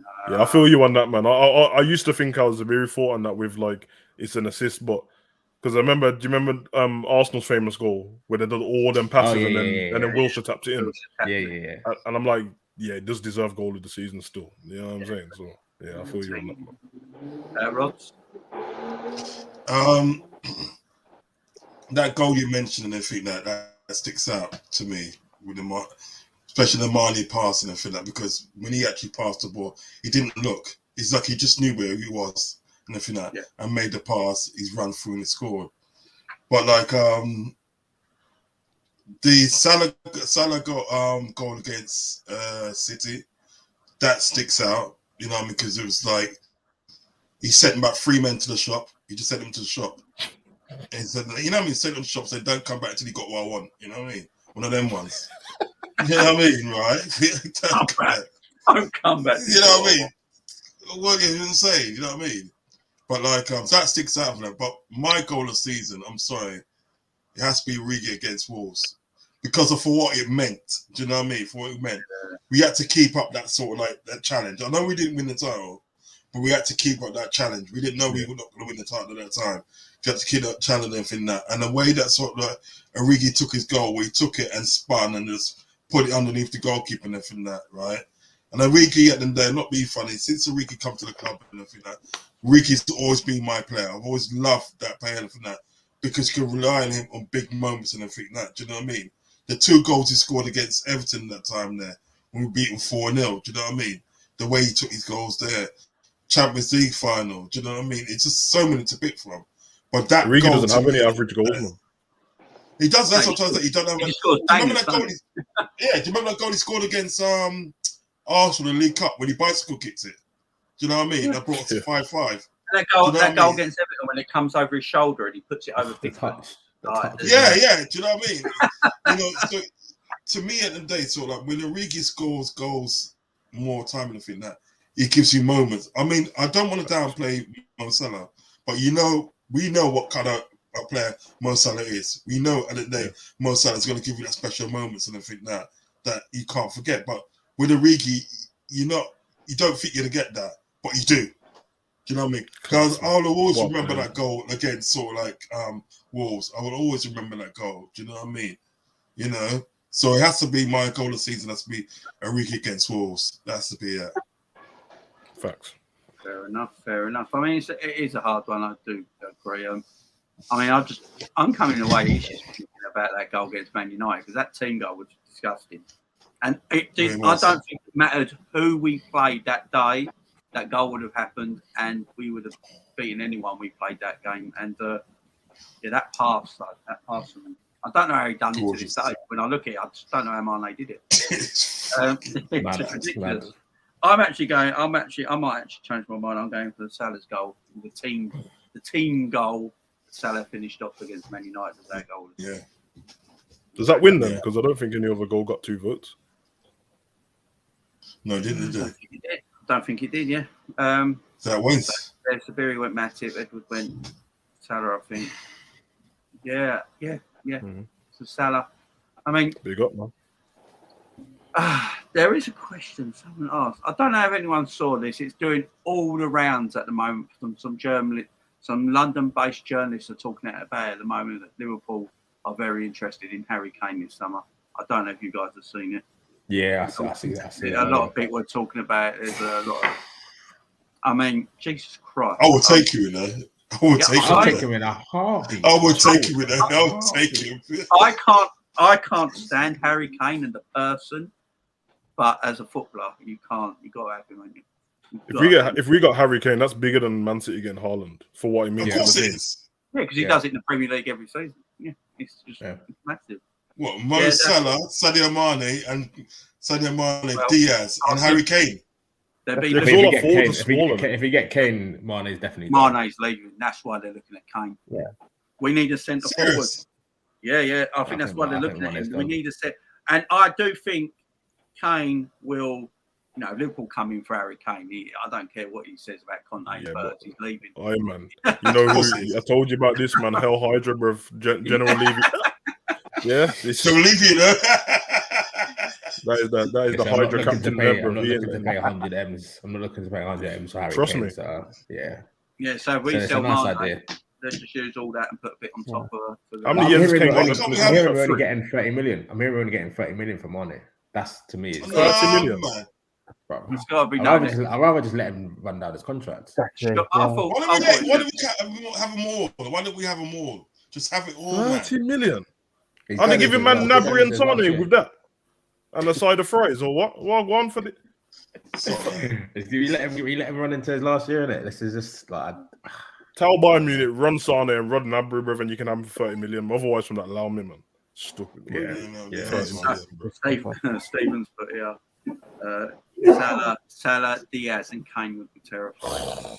Jesus Christ! The problem is, it might affect Mo. Nah. It might affect Mo because Mo ain't passing to Harry Kane. I can tell you that right now. Listen, you have to learn, innit? You have to learn. You know what? No, that's a good point, Jamie. That's a good point. That's a good point. We got to draw the line on some of these too good players. That's just too good. We got to let them know, like, look, you had your moment to come and you didn't come. Now you got to stay where you are. Because now City get Haaland. Where else is Harry Kane going to go? Man U? Exactly. He ain't going there, is he? So the point I'm trying to make is if he come to us, he's just going to ruin the chemistry. It's bad enough. It's bad enough we got a little rival between Mane and Salah. Now we got to have a rival between Diaz, Mane, and Kane, or Diaz, Salah, and Kane. Nah, it's not going to happen. You know how long it took Harry Kane to start feeding Son? And look what happened. Son got golden boot-ish up there. Kane has been holding back Son for years. I disagree, though. I think Salah will be like, this guy's gonna, because don't forget, Kane can he can drop into the play false nine. He'll be a better Bobby. So I don't think Salah's gonna look at it and think I'm not gonna eat now because he's. Nah, I'm looking at it like Son has been quality for years and has been held back by Harry Kane. Do you think so? I don't know. Yeah, because every time Kane got injured, Son shone in it. He was he always. It's a bit like Ronaldo. Ronaldo got held back Benzema at Real Madrid. I'll always say. Yeah, we don't need him. You're not ruin his career at Man U, bro. Rooney was the better player, bro, but he shot him down. He was. Yeah. It's just adding to the point. Some of these players, they're so good, they hold back other players, and it's not fair. I will say, guys, though, I know that everyone's excited and all this stuff for Salah yesterday in his press conference, but you do realise, like, he just said, I'm going to be here next season. He didn't say that. Yeah, he didn't say anything after that. He might just let his contract run down. Can I just quickly jump in with this? Yeah. I've got a lot to say. I'm not happy with this at all, bro. He's leaving. He's basically just saying, I can go next summer for big piece. He's saying to Juve, PSG, look, this is what I'm on 100%. Right now. He's not. He said, I'm not committing, but I'm staying. So he's actually said to the club, you can't sell me this summer. That's what he said. So we can't get any money from him, and he might not. I 100% agree. Because what other reason would he have to say that and not sign a contract already? Then, if he's saying he's definitely going to be here, Salah's letting that contract run down. Why can't we sell him this summer? He said he's not going. If he said he's not going, he said he's not going. Kicking bumper can't out the place, man. One thing. Go on, man. You know what I mean? He don't want to go. The reason he don't want to go is because if he's a free agent, he can get more cash. Simple as that. He can get double. He's arguing over 400. He can get 700. But Origi's on 280 grand a week at AC Milan. Oh, big up Origi, man. That's back pay for years. Liverpool, you know, like that. He's collecting the bag. I respect that. No, but the Salah one. sorry to cut across you. This thing with Salah and everything that, right? It's annoying me and everything that, right? Because you know what is in there? You're showing your true colours now. You know what I mean?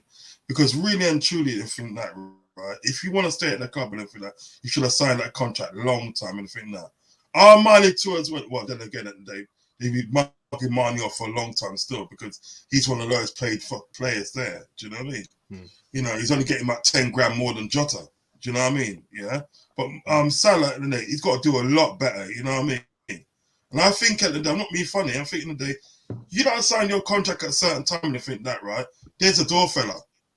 You know what I mean? You're not bigger than the team and think that. There's a door. Let's get some money for you while we can. Because he might just like, as I say, next summer comes and think that. He said, well, you know what? I can go to free and think that, right?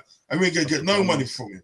We'll get no money from him. So basically, we'll be getting mugged off, getting our pants pulled out next summer. Did you see Hendo's face when he said it as well? Oh, bro, Hendo's so funny. That press conference was actually quite funny, you know, because there was one point when they were talking about Salah saying he wants to get revenge, and Hendo just goes, "Oh Mo, you didn't mean to say that, did you?" And he looked at him and was like, "Listen, you better just say the right thing right now. You know, there's people watching. You better just fix up." Captain Hendo, man, I will say one thing. All about the Salah contract. Nothing can be worse than what Arsenal are apparently prepared to do and give Eddie Nketiah 100 grand a week. That is apparently what he signed the contract, man. 100 grand a week. He signed the contract. He signed the contract already. Why wouldn't he? Why wouldn't he? If I'm on the bench and I come on and do nothing and you give me 100 grand a week, of course I'm signing that. What else do you need me to do? Nketiah's got nudes of Arteta's mum, bro. I'm telling you, bro, there's no way. Does that football club not learn from their mistakes? No, but random. For context, that's what Mane's on at the moment. Yeah, exactly. So if Mane wants to go for more money, I actually can't. Oh yeah, but I can't blame him. I can't blame him. I think Liverpool will give him. I think with Mane, I think it's very easy for FSG just go with W money and give you 200 grand a week. I think that's easy for them to do. They ain't gonna do it, bro. But then the only problem Mane's got then is that he will go, well, what's Mo wanting? Yeah. This is the problem. And why I've said this time and time again, Mo is not worth double of Sadio Mane. He's just not. No. They contributed exactly the same for Liverpool Football Club. Yeah. There's no real difference. I've said it before. Arguably, Mane is a better technical footballer than Mo Salah. Yeah. Mo Salah is he's just a goal scorer. You can't. I've said it as well. You can't replace Mo. If he does eventually go, you can't replace like for like. Even if you got Kylian Mbappe, there's no likelihood that Mbappe gets Salah numbers in the Premier League. It's not a guarantee. You know, his numbers are ridiculous. So I think his agent's been I think Diaz and Jota messed up Salah's plans, you know. Yeah. Because of how our season was last season when Salah got us through. Obviously, I don't think they expected Jota and Jota to score as many goals and Diaz to come in firing. Because now it's FSG is like, hold on a minute. These are both 25. Yeah. yeah. You're like, go then, innit? Listen, I think the reason why the delay is why it's taking so long is personally because we're all talking about Salah leaving all this business, but I've not seen any clubs come in for Salah. Like normally, there's a club kicking up a fuss saying, "Yo, Real Madrid, like, yo, we want Salah." No one's saying anything, and I think Salah's a bit shocked himself that no one's saying anything. So he's trying to keep his options open as long as he wants, man. But you see what happens when people do that, man. I've seen girls do that now loads of times, brother. Now they're like pregnant, 5 kids, and they're ugly, you know, like that. They didn't take the man when they had the chance, bro. So I laugh when I see them girls now, brother. I laughed at them, bro. Yeah. What is the answer? What is the answer? I've said it a few weeks ago. We can't go into next season with Mo only a year left in his contract. We just can't. He either signs this summer or he goes. Simple as that. But he's told us he's staying. Yeah. He said he's not leaving. So players are too powerful now. This is the thing. This is the thing. They're too powerful. But if he stays and cooks next season, I mean, I'll be fine with it in a way. But it's just it reminds me of Steve McManaman. Do you remember when Steve McManaman went on? Yeah. He went on holiday to Barcelona to talk about the contract. He was out of contract and then signed for Real Madrid. The way Salah said that as well, he But he's taking the piss, but he was just laughing. He's like, "Come on, guys, you know I'm going to be here next season, definitely." It's like, "Oh, really?" All the other interviews. Who told you that? FSG was there with their book, like, that's not true. We're getting rid of you, big man. This got massive data, bro. If Mo went, I think you could easily still get 90 million for Mo, even with a year left. Still. Yeah. Because I'd want 100, but Depends where he goes on it. That's the thing. I don't know where he goes. Madrid showing their hand on it. Madrid showing their hand now with all that money they're going to spend on Mbappe. They've shown their hand. Like, so all right, cool. Liverpool's going to be like, give us the money then. 6 months left of this contract. Well, I want to see that. Look what Monaco are doing to Madrid right now because they know they got that cash. So they want like 100 million euros for Tchouaméni. So Liverpool go. Monaco's definitely going? Free money, man. Yeah, it looks like I think he's definitely going to end up at Real Madrid, but Monaco are just taking the piss because they know they got money. So like Madrid haven't spent anything really for 3 years properly. No. They got proper. And they got what 80 M's for Ronaldo from Juve as well. I swear it's something like that. Like 80 M's. Yeah, that's a corrupt football club anyway, man. Yeah. Oh yeah. I mean, you see what they're naming they're renaming their stadium, ain't it? And it's 400 million a year. What the hell, man? For naming rights. Crooks, bro. But it's like Man City. Man City can name their club. Man City can name their stadium after the company they own and still make money off it. And no one says anything. Make any sense. No one says anything. Too much skullduggery going on. It's too much skullduggery going on. It's because they're too rich. No one can do anything about it. They just buy you out and keep you quiet, don't they? Madrid's been dodgy since way back, bro. Post World War and that, man. Hitler times and that, they've been dodgy. And their first 5 European titles shouldn't count because I only played against one team. You said since Hitler times. You've been around, Savage. Yeah, but since Hitler times they've been dodgy, man. These Stefano and that, bro. I know the truth, man. These men were playing against no one in them Champions League games, bro. Their first None of us were even there. Our teams weren't there, bro. Their first 5 titles, they only played against 2 teams. They only had 2 matches to win the European Cup. Man said Hitler, you know. Yeah, man. That's why Atletico and I hate them, bro, because they know it's corrupt, bro. They know it's corrupt, man. Fuck off, Savage. Atletico Madrid think I heard Atletico Madrid think the curse done it against Real Madrid. That's a true story, you know. I spoke to people in Madrid about it, man. They're talking about like there was some own goal what got scored back in the day by a player who played for Atletico and went to Madrid. And it's like ever since then we can't beat them in the cup and they just lose all the time. They feel like it's cursed, bro. It's mad. Did anyone see City's parade? No, that parade was a shambles, bro. That was a shambles. The best thing I saw on Twitter is someone said they saw more people at an Asian wedding. Bro, what? And Asian weddings are massive. That's basically. I thought they were queuing for the Jordan 4s, bro. I thought they was queuing for the Oreo 1s, bro. That parade was a myth. That was a myth. It's absolutely ridiculous. That parade is just embarrassing, ain't it? I mean, they're going through the city centre and it looks like everyone's just doing their shopping. Bro, it looks like just Oxford Circus on a Friday morning. On a regular one. Just a little bit on a rainy day. The thing is, The thing is, City know this. They're not even the biggest club in their city, for goodness sake. And what is it? Did you see Manchester City Airport that day had all the new Liverpool kits out in the front of the window to sell? Not even Manchester City kits. It had all Liverpool kits and they were fuming. They're just such a small club. It's got to be hard to live with, man. That's why Pep hates Liverpool. Won 6 league titles out of the last 11, and no one cares, bro. No one cares, bro. No one cares. And did you see they made Premier League made up a brand new award so they can just give it to Fernandinho? Yeah, I saw it earlier. Like the hardest shot or something like that. Yeah, the hardest shot award. They just made up. They had one for Spurs as well. They had one for Bergwijn at Spurs. It was like best comeback of the season. I was like, I've never seen this award. They just made up an award for City. It was. Listen, John Honorisa running back his money and his trophies, bro, about hardest shot. I'm talking about. I've never seen a hardest shot. Ask Alan Smith about John Honorisa. Ask Alan Smith about that.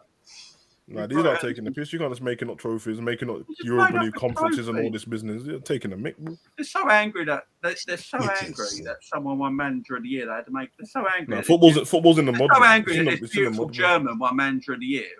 They had to go and make up an award for a Man City player. Hardest shot. There you go. You know keep what's changing everything in frustrating though? football. It's not good, man. I love football. So I was gonna watch the little trophy lift for City and all that. And then in the background of the shot, I saw the fans leaving. I'm like, hold Weird. on. Yeah, they get City fans in the stadium leaving. Why am I watching this on TV? I turned it off. Coronation Street was on. You won't know about that. But Coronation Street was on. They'd always get home. They always get Emmerdale home. Farm. It's a Manchester Emmerdale United. Farm. They're not used to it. They're it. never going to get used to it, man. They want to play Oldham and that, brother, win the John Payton Trophy, brother. You know, the Vanarama Trophy. Yeah, And that, but they ain't. And do you know what else as well now? Because Pep and The City Tesco's players Cup. Pep talk. I've been saying this from the other day. I said this. Pep and the City players and City fans now talk about the Champions League as not. They've almost got into people's minds now that Champions League ain't as big as it used to be. Has anyone noticed this? Yeah. Because they can't win it, that's why. Because they don't want, they can't win it. They make the Yeah. anyone who wins the Champions League, it's not that important now. And now Arsenal people fans do it with the League Cup, bro. Arsenal fans do it with the League Cup every time. Oh, and this is nothing. I'm going on the rant now, right? For the last 4 years, Go on, 5, 6 son, years kill him. since Klopp's been at Liverpool, for the last 6 years Klopp's been at Liverpool, every fucking team says Klopp just, it's out of order that Klopp doesn't take the FA Cup, League Cup seriously. Yeah. They're big trophies to our country. They're massive. You know, you should take them really. So Klopp like just woke up in August and went, you know what, I'm going to take them seriously this year. Wins both of them, and now them same rivals go, well, League Cup and FA Cup ain't what it used to be. I don't know why they're making the most of it. But for the last 6 years, they keep telling us that it's the trophies we should be winning. You can't win. We'll win the Champions League on Saturday. They'll be like, oh, it's not. You won the Champions League by having an easy group and an easy knockout stage. Yeah. We played Athletic. I don't like it, man. I don't like how they do that because smashed AC Milan, who just won their league title, by the way. Beat Porto. All right, we always beat Porto. Beat Atletico Madrid, who, by the way, Man City only just squeaked past. Right. Yeah. Then we beat Inter Milan, who's the Italian champions. By the way, Villarreal, we had in the semi-final. The only reason they're in the semi-final is because they beat Man United in the European final. So all these people keep playing on Liverpool about it easy. Shut up. The thing is, weird, the man, thing is because about it's like the treble thing and the double thing. I heard man talking about like just because you've won 2 cups, you don't mean you've won the double. I'm like, what, bruv? You like just made up the rules for the double now. What are you talking about? These are our domestic trophies. Man United made up the rule that it's only called the treble if it's the Champions League, Premier League, and FA Cup. And apparently I never knew that was a rule because Liverpool won the treble in the 80s, the League Cup, the Champions League, and the Premier League. Yeah. And we actually almost did the quadruple in that year as well. And everyone still speaks about Man U like the only team to do it. That's just weird, man. No, that's because football was only invented in 1990. Didn't City win the league? They won the League Cup, FA Cup, and Premier League, innit? Yeah. Was it last season or the season They before? won the domestic treble, So we win the Champions League. We win the Champions League, and it's the same, just Champions League instead of the Prem. And all of a sudden, Ours ain't the treble. What kind of foolishness is going on here, bro? And by the way, we win the Champions League Saturday. It's better than Manchester City season. I don't care what you 100%. They try and make it out there. Do you remember when we won like a European Cup back to back? Won it back to back and everything that. Do you know what I mean? Yeah. And then Real Madrid do it. Won that, innit? Yeah, then Real Madrid do it, and all of a sudden that day they're the first ones to do it. We've done it years before that, man. You understand what I'm saying? Yeah. Even Nottingham Forest done it. Nottingham Forest done back to back before, like. That's what they do, innit? Football was invented in 1992, Rob. Yeah, that's it. Exactly. That's it. Nothing happened. It's a Liverpool thing, innit? It's a Liverpool thing. They change the rules for us all the time, man. And why is Liverpool the only ones not allowed to talk about their history? I've never got that either. Yeah. The history thing is weird because for me, you've got to be proud of it. It's what shapes what you are today. That's why City will never be bigger than us. So we're not going to just not talk about it because it happened when, like, even if it's before we were born. Bro, just history. Talk about it. That's what makes Liverpool a great club. I mean, the European Cup is just you look at the biggest teams supported worldwide. They've all won the European Cup multiple times.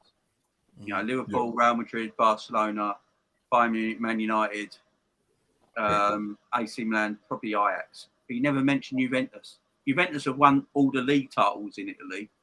Yeah. But AC Milan has seen the bigger around Europe because they've won all the European titles. Yeah. And it's just heritage. England's arrogant though, man. England's an arrogant country in loads of ways. Like when you hear people talk about other countries, they'll say like the French are arrogant and the Italians are arrogant. Yo, Zabiri fall down the stairs, big man. Yeah, it was a far down man. I think. Yo, Bruce Willis is in his yard, bro. And, yo, but Bruce yeah, Willis man, was it's manager a of weird Feyenoord thing. last night. Yeah, it's very arrogant, man. Because all the talk over the last few weeks have been Bruce Willis, you know? about the Premier League not being as big as the Champions League and that. And I'm like, we're the only country who see it like that, because outside of this country, the Champions League is the be all and end all. So It's everything. I don't understand. It's everything to them. Yeah. RCO Messi. Messi, when we were Exactly. going to get, when Barcelona played Liverpool, he said the Champions League was everything. Of course. The league, Yeah. to European players, the champ. That's why Mbappe's made a business decision and not a football decision, in my opinion. He made a business decision. He's basically Hulk Hogan from WCW now, running PSG. He has all the rights. Yeah, it's good analogy. Yeah. He has all the rights. If you was a PSG player, would you trust Mbappe? No, man. Lucky for them, he's a nice guy, man. Because He's been twerking for Madrid for like 2 years. Yeah, As soon as they start yes. saying, "Oh, you can own the club, you can pick the manager," he's like, "All right, cool. Let me stay." Yeah, So it's a weird one. It is a weird one. Imagine But they Should've must known know from as all well.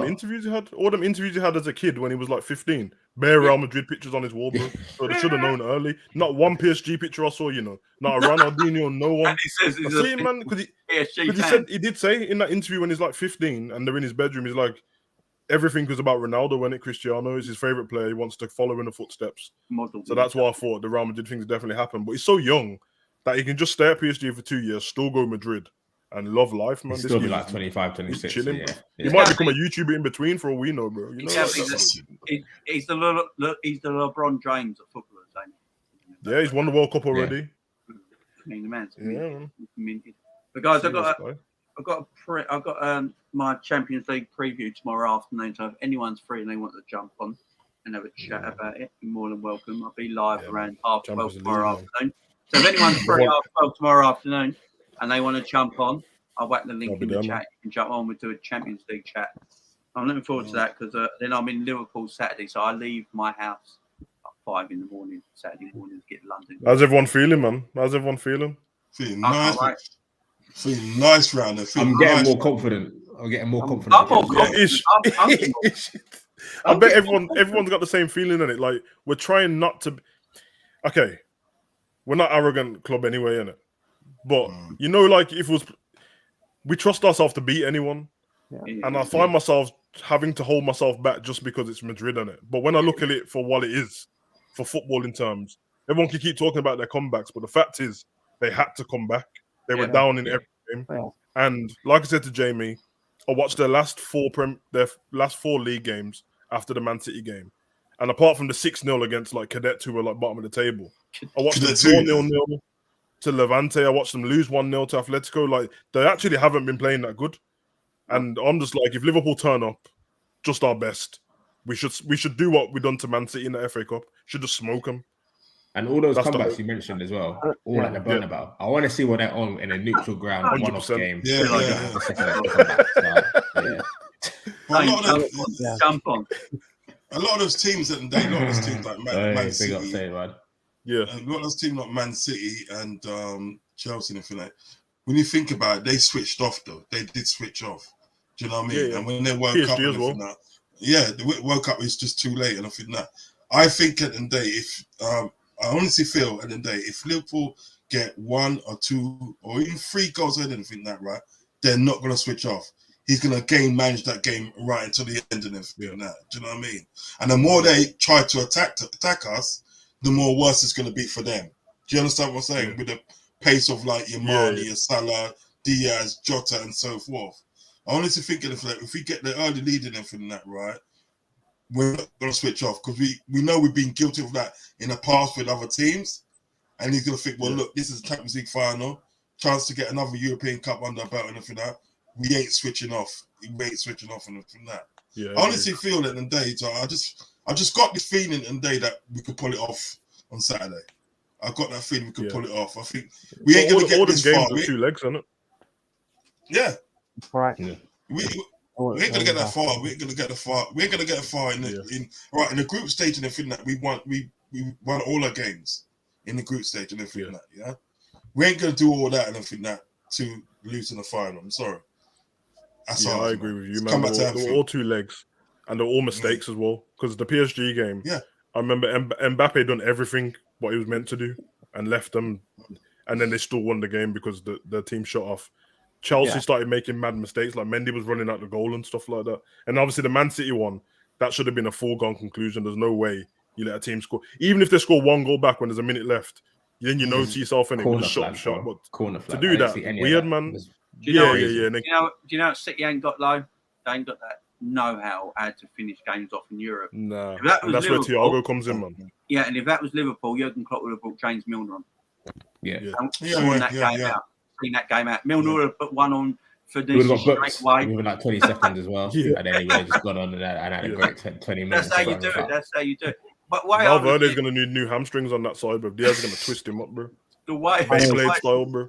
The way I'm looking at it, I look at both sides, and I think Liverpool are the more complete team than Real Madrid.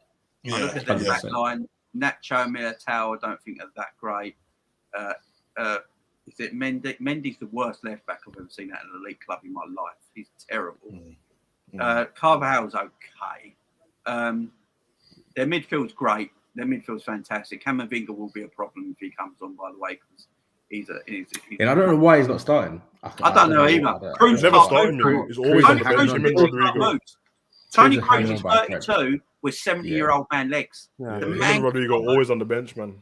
Yeah, the man can't move, and you know, obviously their attack is good, but I don't think it's better than ours. And I've said if we play the team and not the occasion, I think we get the game won.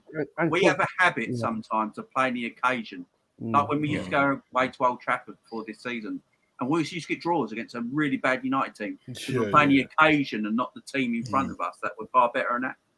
That's my. It'll be interesting because Benzema's going to avoid Van Dijk like the plague, but he won't go over that side. He's not a person who gets in behind any Benzema. He arrives late in the box and gets cutbacks and stuff like that. And obviously he's a world class guy, but I feel like I really hope that we get a goal in the first 10 minutes, man. It'd be nice to start the game off strong. You know what I mean? Listen, because we don't start strong. We used to do that all the time. We used to blast people away. Look at it early goal, bro. It's going to be a techie game. Like you're not just strapping in it. I think it's going to be well open. I think it might be the most open. I swear I seen Militao on Arsenal fan TV. Don't he work for them? Just stop that. I swear I seen him hosting something. That is a spitting image, to be fair, though. That is. What's my man called again? What's his name? I forget what his name is, but he's a spitting image. Sure. Yeah, I seen him on the fob down. I was like, is that Robbie though? Militao, okay. Flew him in on that. Did you see Curtis Shaw rip his t-shirt, Arsenal shirt off live? He done the whole comedian. Yeah. Bro, I'm sorry, If I paid £100 for a top, I'm not ripping that off. No, I'm not ripping it. I'm throwing it. You know, and then I would have green screened it so it looked like I was ripping off the top, bro. They'd be fleecing us for that money, bro. What got me as well, like the last little bit he couldn't rip. He had to really go for the bit. I'm like, bro, that's an L, man. The whole thing is an L. But no, big up them, man. Actually, that the AFT thing, I do rate. Those are pioneers as well, isn't it? But yeah, of course, man. Just when they're not doing well, it's box office to watch, man.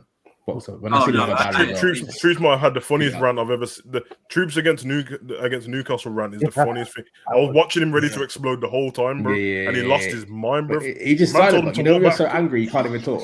He just silent. The funniest thing is he kicked the mic in it, and then I seen the geezer in the background slowly put it back. When he kicks the chair. The guy in the background looks so scared. The guy's waiting. He doesn't want to go straight away. He just. And did you see the woman looking through the glass? Did you see through the glass window? Looking through the glass. Yeah, man. And if you watch the Tottenham one is an example of like why you can't be having a missus who's the other team, bro.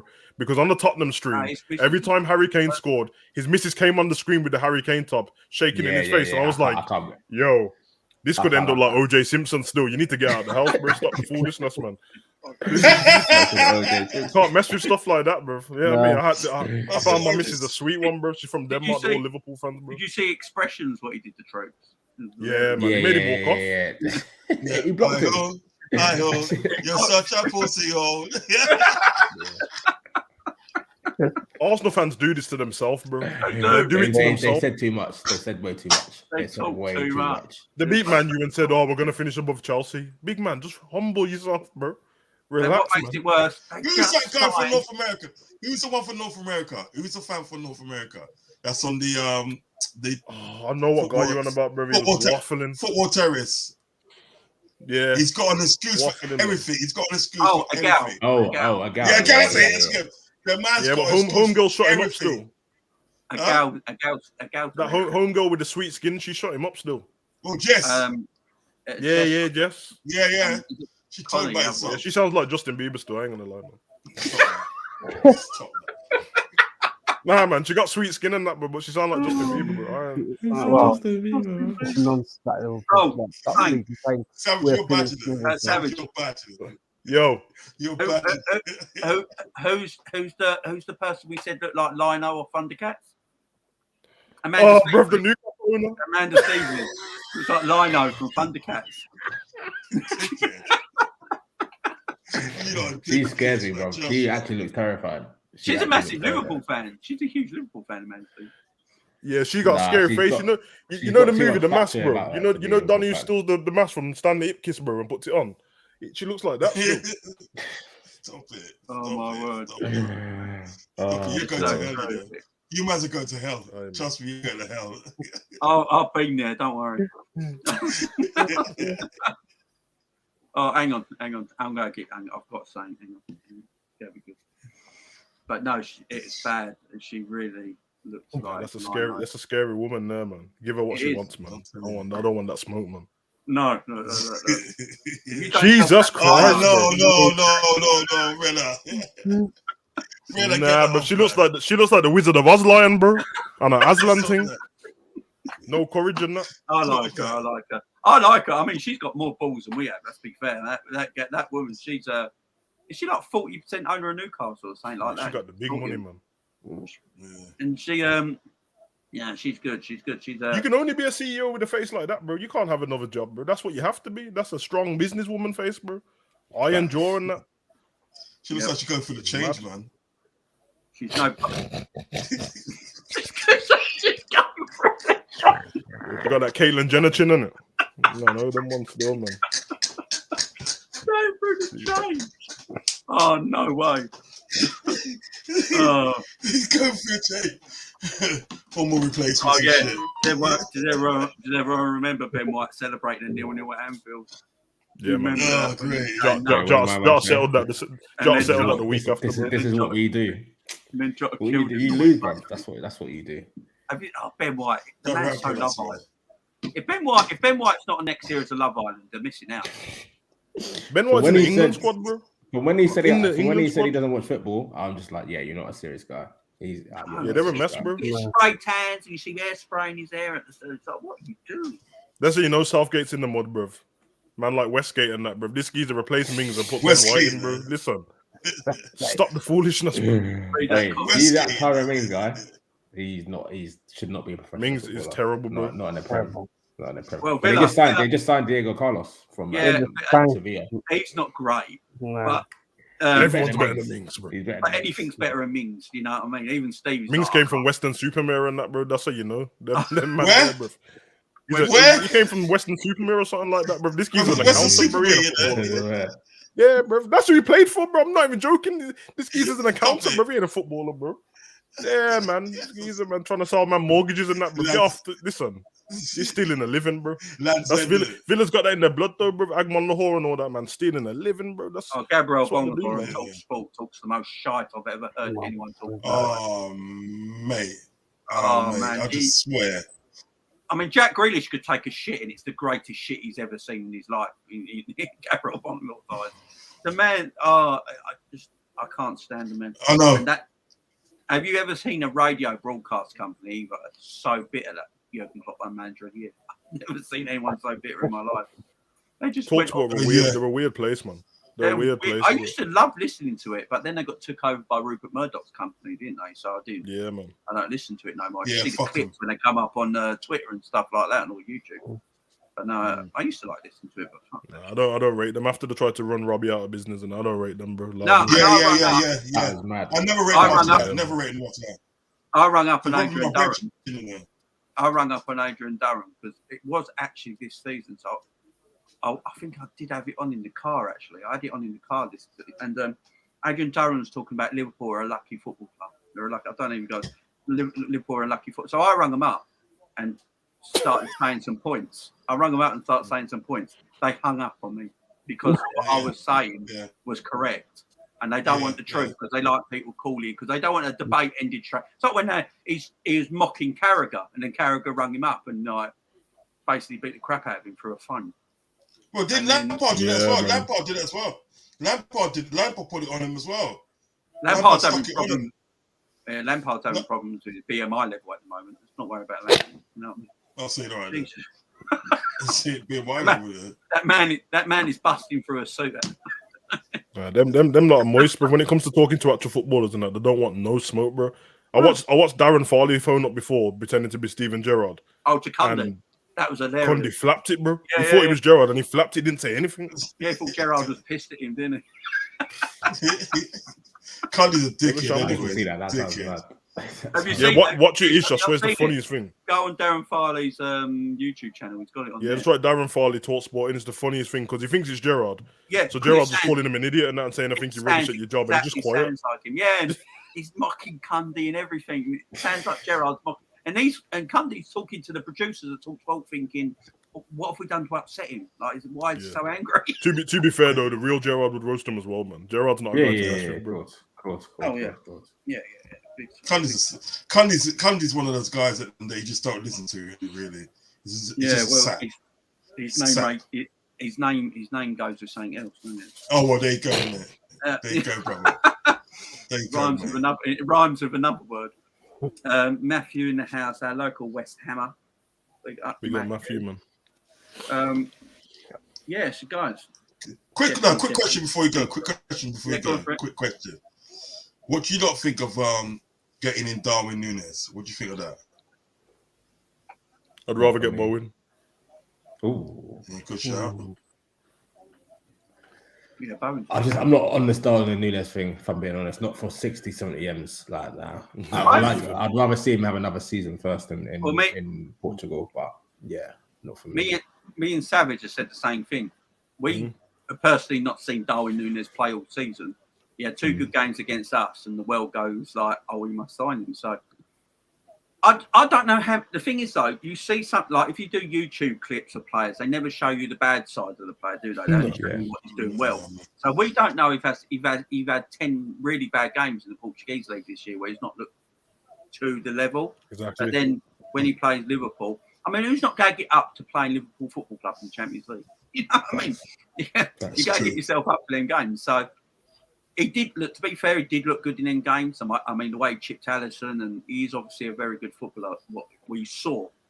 But we don't know what he's like in a whole. But then I didn't know what Luis Diaz was like, so I didn't see much in Porto, and he looks like a baller. So, you know, it does work like that. But I've seen Jarrod Bowen for 2 seasons now, and the man is so underrated. It's unreal. I think the one thing I can trust is that whoever we get in, we got Klopp in it, so it adds the attributes up a little bit more.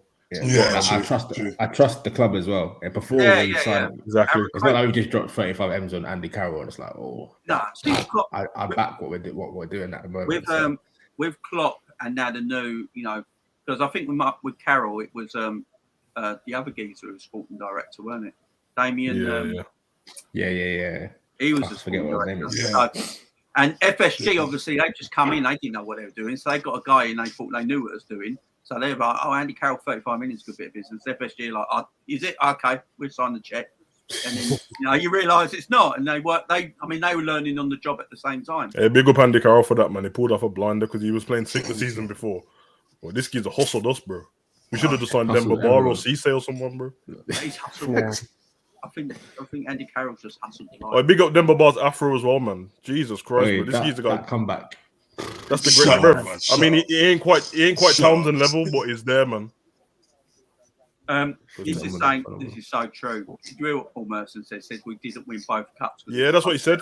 I heard him say it, bro. That's but what he then said. he's a Chelsea fan. So did Chelsea beat Bayern Munich for the Champions League because it was on penalties? What kind of foolishness is that anyway? Did Italy beat France in the World Cup? Yeah, what kind of idiot, man. You know, idiot, man. Do you know what it's about? You know what it's about? Paul Merson. It's too much. He's got a gambling problem, is what he's got. That's what it is, mate. He's got that Columbia margin pound is getting to his head, mate. Yeah, man, this kid needs to shut up, bro. Man had me feeling sorry for him and that because of his William Hill bets and that. Nah, fuck you, bro. You know what I'm saying? And just talking rubbish. Yeah, man. Waste, man, bro. Dickhead, bro. Man, yeah. Sometimes I don't mind hearing his opinions because they're a bit out of left field sometimes, but then he goes a bit... I stopped my friends punching him up, you know, in Birmingham. I stopped my friends punching him up. I should have left them to slap him. You should have just left him. You should just left him. I was with couple Zulus, innit, bro, and I was ready to finish him, bro. I was like, allow him, man. It's not worth it, bro. But listen, I want to talk, man, about my gaffer and my club and that, bro. It's on, bro. I mean, yeah, man. Merson needs a new nose. He's done a lot of damage to it. Yeah, just shambles, bro. I know it. Daniel Westbrook. You know what it is? Because it goes under the radar, innit? Because obviously, when he's on Soccer Saturday and that, yeah, it's fun and games when they're laughing with each other. But if you take a broadcaster seriously, he's a shambles. He gets everyone's names wrong. He doesn't know what he's talking about half the time. If anyone else done that, you just lose your job, innit? But because he's with his mates, how was he the one who kept his job out when they sacked everyone else? I know. They should have done him when they done off my man with the earring, Charlie Nichols and that, the dead Arsenal dude. Bro. Champagne Charlie Nichols. Yeah. trying to hang on to the youth for ages, bro, with his one earring and then get out of here, bro. Every time he spoke, TV on mute, bro. But they sacked them all. The Tizier, Nichols, Phil Thompson, and Paul Merson. He's done now as well. Kamara's had his last season. He's controversial, isn't it? They like Merson because Merson just. Yeah, they just. And do you also reckon? Do you reckon they didn't have the guts to sack him because he was in deep in shit at the time? Like, I like when Morrison's on. I do. When Clip Morrison's on, that's a good time. Yeah. He does not care. He's yeah, he's man the minute he just sits there. He doesn't care. He just gasses them up. You know, just gasses them. Yeah, you can't. They're doing all this employing people just for the sake of it, man. There's loads of footballers who may not even had their best career, but they've got knowledge. Like I listen to Danny Higginbottom talk sometimes, and that this geezer knows football, bro. But there's people that, you know what I mean? They're just getting these guys on, bro. No one calls about Merson, bro. Letitia is a G still, but you know what I'm saying, bro. You also got to look the part as well. I mean, Danny Higginbottom looks like my backside, don't? So no, he does still. That's why he's not really on TV. You got to look. I mean, Jamie Redknapp is not. Look, bless Jamie Redknapp. He just sees some vibes. He's not really the brightest, but he's got a look. You know when Jamie Redknapp's on TV and it shows, it'll go on to like Graham Souness and it'll come up with all the stuff he's won at the bottom, and it go to Kane, all the stuff, and it goes to Redknapp and it just says appearances, bro. It's dead, bro. Just like bro, all it says is Louise Redknapp, League of Their Own appearances. Yeah, I mean, man looks good in the suit still. Frank Lampard's cousin. Yeah, bro. You know, it's fuck crazy. Remember that famous clip from back in the day? I don't even know how it's still there. Remember the Andy Gray and Richard Keys thing? Did you smash it? Remember that, bro? How would they still there, bro? Souness, Redknapp, and all that. Yeah. What does everyone think of Souness? But you know what? They're saying that though. He's saying that Graham Souness in the day, yeah. Have you noticed Graham Souness? When we say he kept quiet in that. He kept quiet. Yeah. If you look at the thing, he just kept his mouth shut. He didn't say nothing. No, he's been around. The rest of the talking. Graham Souness. Listen, he takes care of himself. You know what I mean? Looks good for his age and that. He looks great for 6 months. Face it. I don't know, man. Botox in the summer. Oh yeah. You know what it is with Souness? He's got this thing where like he tries to speak for us Liverpool fans in it, but we don't rate it, bro. And like I don't know if everyone knows the history in that, but Liverpool fans don't really rate Souness like that. We did back in the day, and then obviously the Hillsborough thing happened when man was taking photo shoots with the sun when you know what I'm saying, and everyone was like, "Hold on a minute, bro, we don't do that newspaper." And apart from that, bro, he shouldn't be our representative on TV. That's all I'm saying. And I don't think he should lose his job in that, but I'd rather have Phil Thompson there than him, bro. You know what I mean? I'll just keep Carragher there, but he shouldn't be our representative, bro. He was dead as a football manager as well. Carragher and Neville are the best. I think Carragher and Neville are the best too. Yeah. I mean, they're box office on their own. I mean, Monday Night Football. Let's face it. If the game's crap, you're watching it because Neville and. I swear Gary Neville's trying to be mayor or something, bro. Because this geezer talks politics he's on all this. day. He's on man. this. He's joined the Labour Party, ain't he? I think he had joined the Labour Party. You mean Gary Lineker, bro? Bare tweets about Parliament every day and that. Like, yo, calm down. I'll tell you, this is one. Ian Wright, that's my I'm telling guy. you, Ian Uncle Wright is Ian, a bro. Liverpool fan. Ian Wright is a yeah, he is, man. Have you seen the video of him course. singing "You'll Never Walk Alone"? Yeah. That was coming from the He's a heart. As well. He wasn't just singing fan. it. He's a red. He's a red. Every time I loves Ian red. Wright, man. He's great. No. I don't know why Ian Wright ain't employed by Sky as a pundit. I think he's fantastic. This geezer can go to hell like Jermaine Jennings. Ah, he's trash, man. everywhere. He's everywhere as well, man. He's Why trash, does he man. hate Liverpool so much? And why did he get the job for the World Cup draw? What's that about? I don't know, man. You're right about Ian Wright, though. He should be on Sky Sports, but I don't know if you've seen. I don't know if it was on his documentary or on the interview when you mentioned. Remember before he used to be on Match of the Day and that a lot, and then the Premier League show, then he just went missing, and then he ended up on Channel 5 with the girl from Apprentice and Melinda Messenger. but he said that basically that World Cup was a World Cup in Germany, innit? Yeah. 2004, 2006, yeah. And he said that basically when we scored a goal, he said that he said something like we're creaming in our pants, innit? And then he said that the people in his ear was like, yo, you can't say that on TV. And then after that, they just locked him off, bro. I'm not even joking. That's what he said. Right. That exact thing, bro.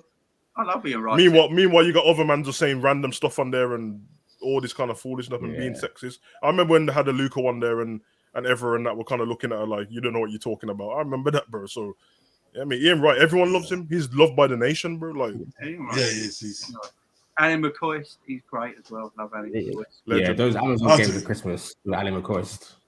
Alan McCoist is the best co-commentator. I don't know why he's not. That Rangers match the other day nearly ended his life, though. I saw him, man. He was going to have a heart attack, bro. Bro, cardiac arrest in a terrace, bro. I saw it, bro. It's coming, man. I just love his stories he tells. When you listen to his stories, have you, especially one about Paul Gascoigne when he broke into his house at 3 a.m. Yeah. Ali McCoist and Peter Drury on it, man. I'm all man for that. Oh, Peter Drury's the best. We've got to get rid of. I think we all need to start a petition to get rid of Martin Tyler. Jesus Christ. He's a United fan, man. I don't know about him. He's got no energy for anything. Roy Keane is actually. I'm shitting off. Yeah, see you later, Ish. Thanks for coming on, my man. Appreciate that, guys. Yeah, Roy Keane's good. Roy Keane's good. Nice. Yeah, Danny. Every time Roy Keane talks about people celebrating the top 4, it creases me, bro. Because I saw him the other day, and he's like, it's the Tottenham fans were having like they're jumping around in the change room, and it's like you're jumping around for 4th place. Because it is felt you are jumping around for unless you're one of the clubs in the Prem who like don't have the resources. If Leicester got Brentford or someone like that. Yeah. But like if you're Tottenham, bro, you shouldn't be jumping around for that. You know what I'm saying? You got Conte. That's something you failed, bro. Danny, you know what I mean? What have they won? The Audi Cup in the last 10 years. Allow me, bro. Yeah, Audi Cup. Danny Mills is atrocious. I can't stand Danny Mills. Did you hear Danny Mills' take on Wall Prowse, calling him an atrocious footballer? Yeah, it's ridiculous, man. Danny Mills can't talk on it. He can't talk, bro. That's like when Robbie Savage said the stuff about John Terry. I'm like, you can't talk, bro. Yeah, it's like he said he's only got set. If you take set pieces away, what else does Wall Prowse do? Wall Prowse is a very good passer of the football. Just great passer of the ball. You put him in a team that's going over a lot of possession of the ball every single week. Wall Prowse will be a very good footballer. You're telling me he's not better than McTominay, bro? Come on, man. Of course he is. Exactly. Come on, man. Yeah. Danny Mills said 5 years back Liverpool weren't a big club. I remember that. Who did Danny Mills play for? Leeds. Leeds and Man City, wasn't it? I'm saying. Okay, they're both bigger than Liverpool. Then. Do you remember when Omri nutmegged him? And that's when he's played for Middlesbrough. That's when he's played for Middlesbrough, wasn't it? Yeah, because Mills was giving it all the mouth before the game about Omri, weren't he? And Omri nutmegged him and looked at him and laughed. It's hilarious. They've got that. I like that panel. Is it CBS Sport when it's Henry, Mika Richards, and Carragher? Yeah, it's well chilled out. And that Katie Aldo, that's chilled out, man. But she's lovely. Yeah, everyone loves Katie Aldo still. Do you know? You're not saying what she loves. She speaks 3 different languages, you know. Yeah, she does. German. She can speak whatever she wants, mate. Yeah, because Rob, she used to do the thingy in it. In about 5 years ago, she used to do the La Liga show. That's why I used to watch it, man. Right. Yeah, I remember, man. You know what I mean? She speaks those other languages still. There's nice, a there's a lot of these female presenters. I mean, I'm saying that she's lovely. She is. That I know some people get pissed off at that, but at the end of the day, my wife, she likes watching Jamie Redknapp on telly because of the way he looks.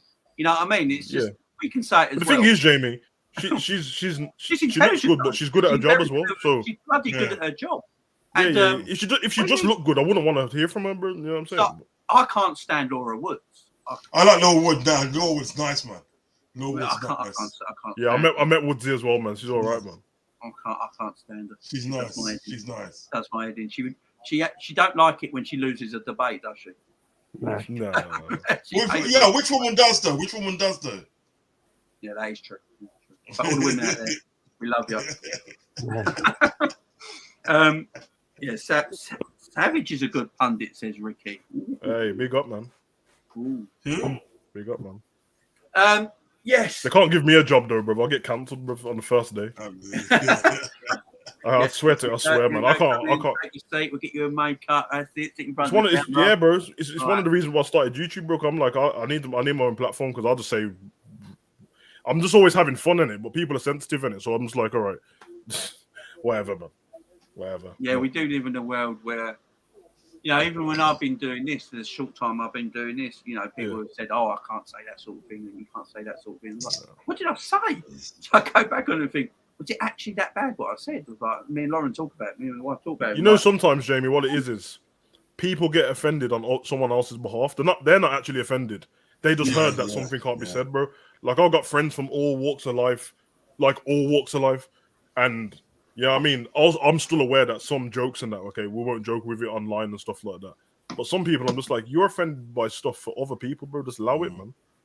Yeah, I mean, or instead of trying to like troll and stuff like that, send a private message and just say, listen, I don't know if you're allowed to say that. I'm thinking, I'm just looking out, but these people are just arrogant, bro. But not me, bro. I don't care about anything, so it's pointless trying to mess with me. I do not care, bro. Exactly. Carragher got the beers out after the second leg. Yeah, he did, didn't he? Yeah, he did. He made sure he got the Heineken beers out because they're the sponsor. But yes, they're sponsor. Yes, they're sponsor. But can you imagine doing that on Sky Sports? That would the complaints. Can you imagine? Sky Sports are they're made for older men, and it like it's not. They're not ready to move with the times yet.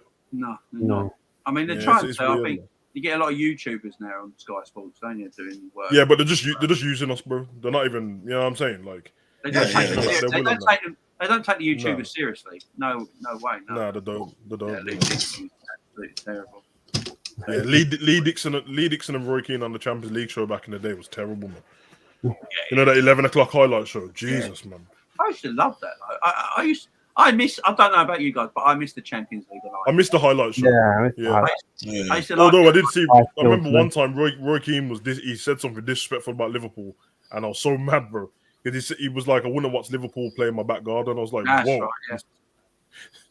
Right, calm down, Roy. But he's a good geezer, man. You remember when Klopp called Kane out when he said I heard that Roy Keane said it was a sloppy performance.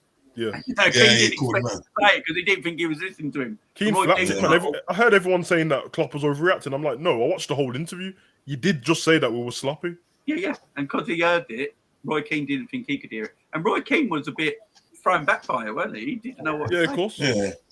Remember, Roy Keane's living off a reputation, bro. Like, he's an older guy now. Like, people like to keep his reputation there, which is fair enough. But if Roy Keane tried to say something to me, I'll just punch him up, bro. Like, I'm like, bro, you're just Roy Keane. That's on all them fly kicks and that are on the football pitch, bro. This ain't a football pitch. I'm telling you, I reckon Klopp could go as well. I'm telling you, I reckon. Nah, Klopp can go, bro. Man, how tall's Klopp? Like 6'3", 6'4"? He's like 6'4", 6'3".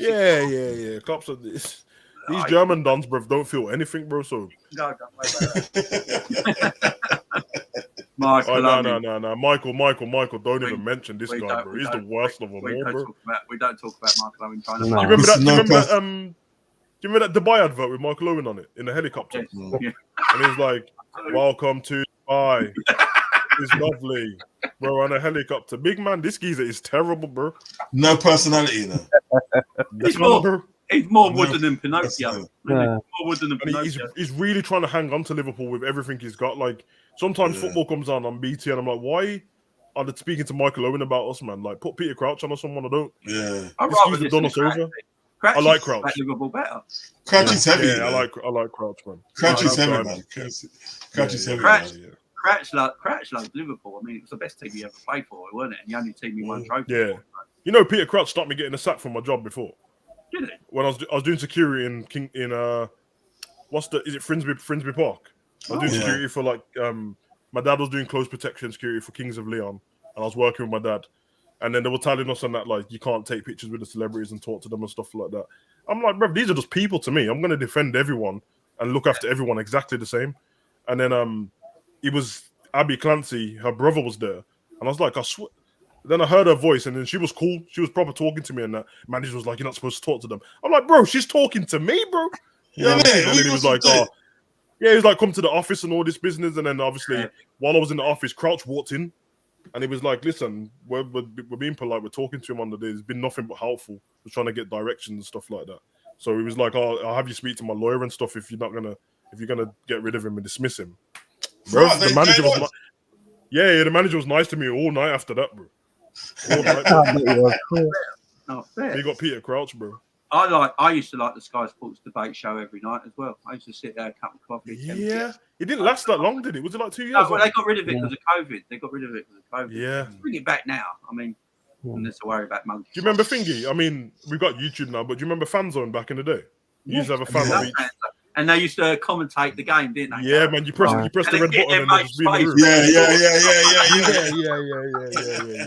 Because I remember there was a famous one when one of them had I don't know if it was Leeds or someone, and they had 4-0 on their top, trolling their friend, but they lost 4-0.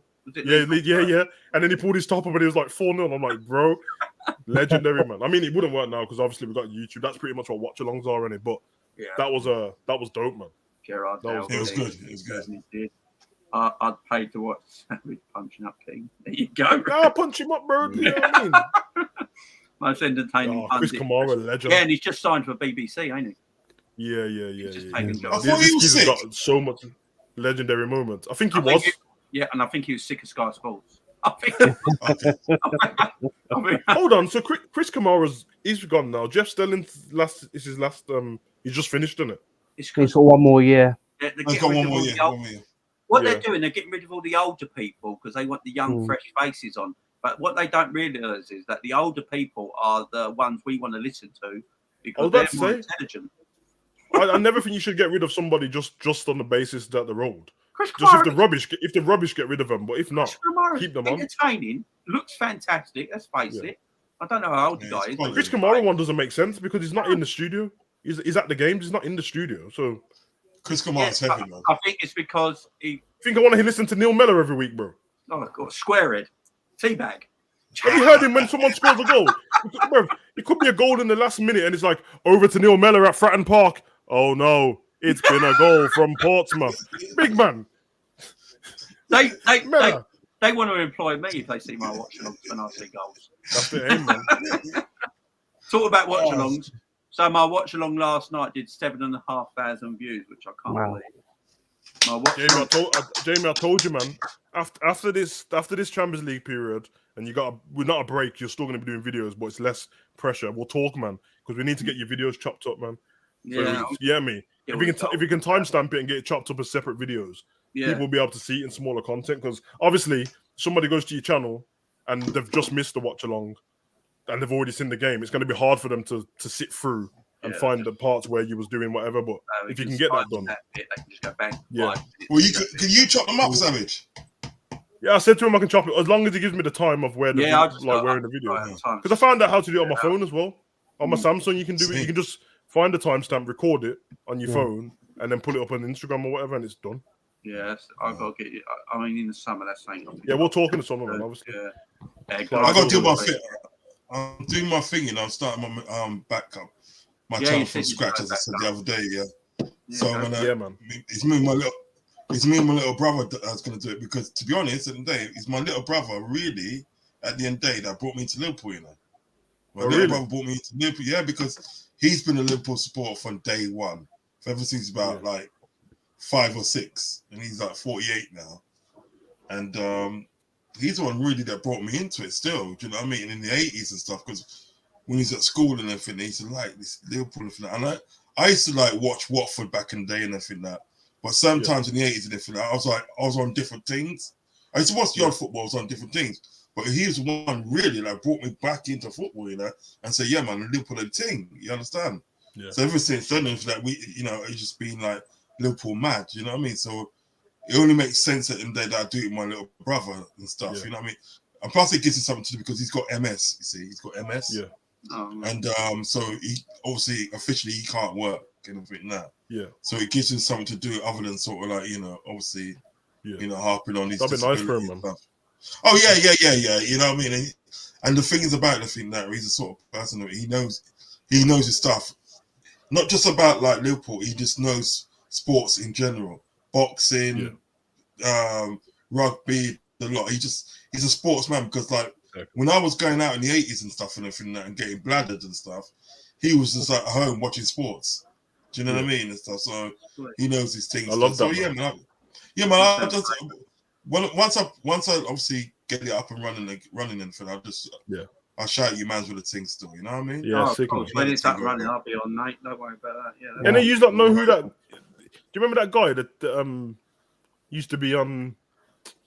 You know, the news used to come on ITV, and it'll be like, "Look away now if you don't want to see the scores." Oh yeah.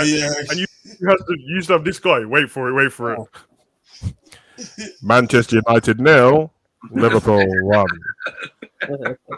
Partick Caledonian Thistle 2, Celtic 4. Rangers, the Queen of the South, has been postponed till later on due to rain. Kilmarnock 1, Aberdeen 0. Bruv, that guy is a G, bruv. He was old when I was born. I don't know where he is, man. Listen, if he's passed away and that, R.I.P. that guy, man. Bruv, you know when you have little things in your head from when you was a little kid, just little things that mean he was like, his nostalgia to me. When I hear his voice, I used to get all excited and then I used to be like, oh, my granddad used to be like, cover your ears, and I'd look away and that. And bruv, that guy used to kill me, man.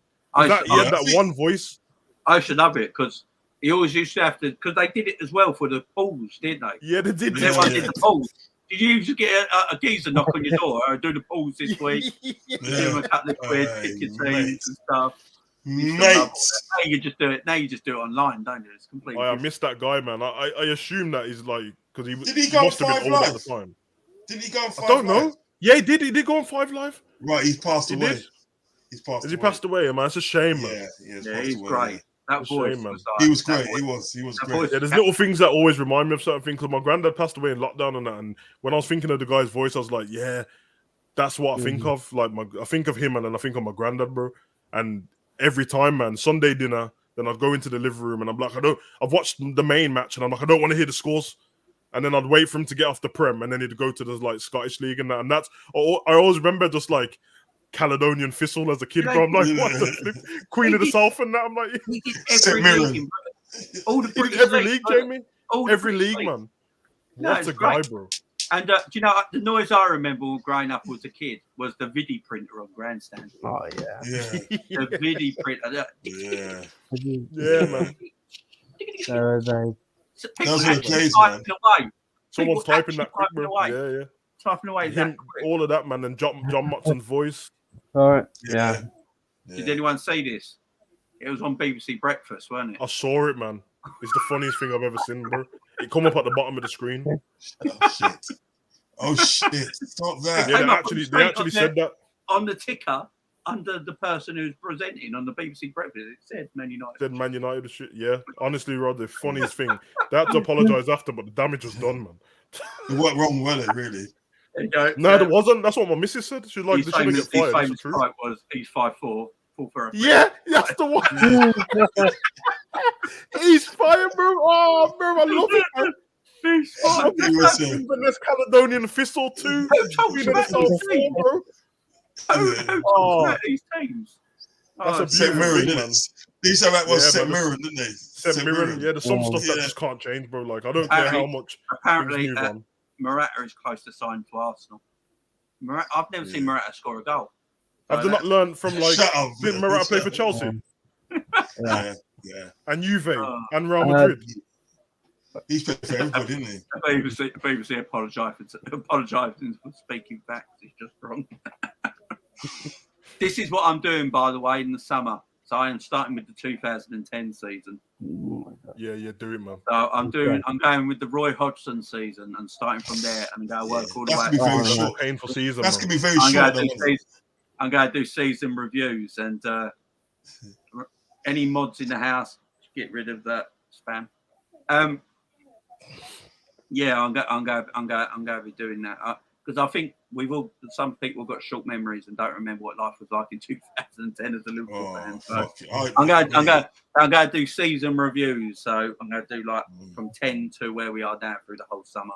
We used to just live through moments, innit? We just used to have moments as football fans, like beating the big teams. I thought that'd be some good content to put on the channel. Yeah. I remember on the Roy Hodgson, just one game. I think we beat Chelsea, and Glenn Johnson twisted the Ashley Cole to score in the last minute. That's what I remember, bro. Otherwise, from that, we were terrible. We were terrible, man. Roy Hodgson is, you know what I mean? Hey, Crouchy overhead kick. Crouchy was good for Liverpool, man. Yeah. He's got some of the best close control I've saw as a player for someone like tall. Scored the perfect hat trick. Left right foot header. And he was pulling on man's dreads in the World Cup and that to score goals. Come on. And he pulled it right down like that. Man pulled the Trinidad geezer's dreads. He said, "No." Remember Kenwyn Jones and that? Kenwyn Jones in there. Didn't he used to play for Stoke? Yeah, boy, Stoke had a team, man. Kenwyn Jones, he played for Stoke and that. What happened? He was a lump, wasn't he? Yeah, I think he signed for them as well. Remember Barcelona's Bojan? They signed him as well. He balled out for one season. Then they signed Hesse from Real Madrid. Yeah, Stoke Alona, wasn't it? They called themselves. Yeah, and then Shaqiri. They've always signed like one great player, man. It's like Middlesbrough back in the day with Juninho and Dennis Romadol. And Ravanelli. Stop that. You go back to Ravanelli. That was Romadol. Ravanelli just won the Champions League and he went to Middlesbrough. What a downgrade. Didn't the same thing as well? The guy what we signed, Xavier, the Portuguese one with the blonde hair. Yes. We signed him after. Yes. And Christian Ziegler. We signed him. Yeah, man. We signed him from Everton. Yeah, we did, man. There was some exciting teams back in the day. And then he scored on his debut. He scored on his debut against Everton. He did, man. Because even some of the trash teams back in the day had like Bolton's team with like Djorkaeff, Ivan Campo and Djorkaeff. Yeah. That Ivan Campo. And he had Morton Gams Pedersen for Blackburn with Tunkai. Tunkai, you know. Oh. Remember that geezer? Was it Chef Baguti? The one who used to do that frog splash as his celebration. Yeah. TV one. I have not seen that. I know they're on tonight, so I'll have to go and look at it. Callum versus Daps. I haven't seen it. It must have been tonight. That's funny, man. They're doing their they done their show at 9, I think. So yeah. So here, what, Jamie? Let me ask you quick. Are you doing a thing? After Champions League, are you doing a call-up thing? No. I'll probably do it on the Monday. Because what time are you doing it on Monday? It'll probably be like evening 8ish, something like that. Yeah, man. I'm on that still. Yeah, because I won't be back till Monday morning. So yeah, you'll be too late on the day, and you got parade on Sunday, and I'm going to be heavily intoxicated. So yeah. You know what? You know the worst thing is I'll probably see you in Liverpool as well. You know. I'll probably see you up there. Shout me out. Just don't if I see, I'll shout you, man. Listen, I gotta go. Listen. Yeah, we're all gonna head off now. We're all gonna head off. Listen, right, guys. Jamie, as normal, your show is amazing. It's wicked. I love it. I love every bit of it. You know, because you can come on here and you can have a laugh. You can talk about your favorite team. It's good, man. Keep up the good work, my friend. Keep up the good work. Savage, you're too bad, you know. You're too bad, you know. Hey, man. It's all in the name, man. That's where I got the name from. I know. But big up anyway, still. You know what I mean? Big up, man. Big up, man. Edward. All love. Edward, big up yourself. Edward, I'll speak to you. I'll see you guys soon, yeah? Take care. We're taking on Jamie, 12:30 tomorrow. Yeah, so I'm live at 12:30 for the Champions League. I'll probably jump on when I come out of the gym. Jump on, my man. Yeah, I'll message you. All right, man, definitely. Thank you very much, everyone, for tuning in. Cheers. Another good one. Peace Enjoyed out. this. Thank you, Edward, so much, my friend. Thank you very much. Thank you. Guys, we'll see you tomorrow at 12:30. Thanks for everyone joining in today. Yeah. Bye-bye. Bye.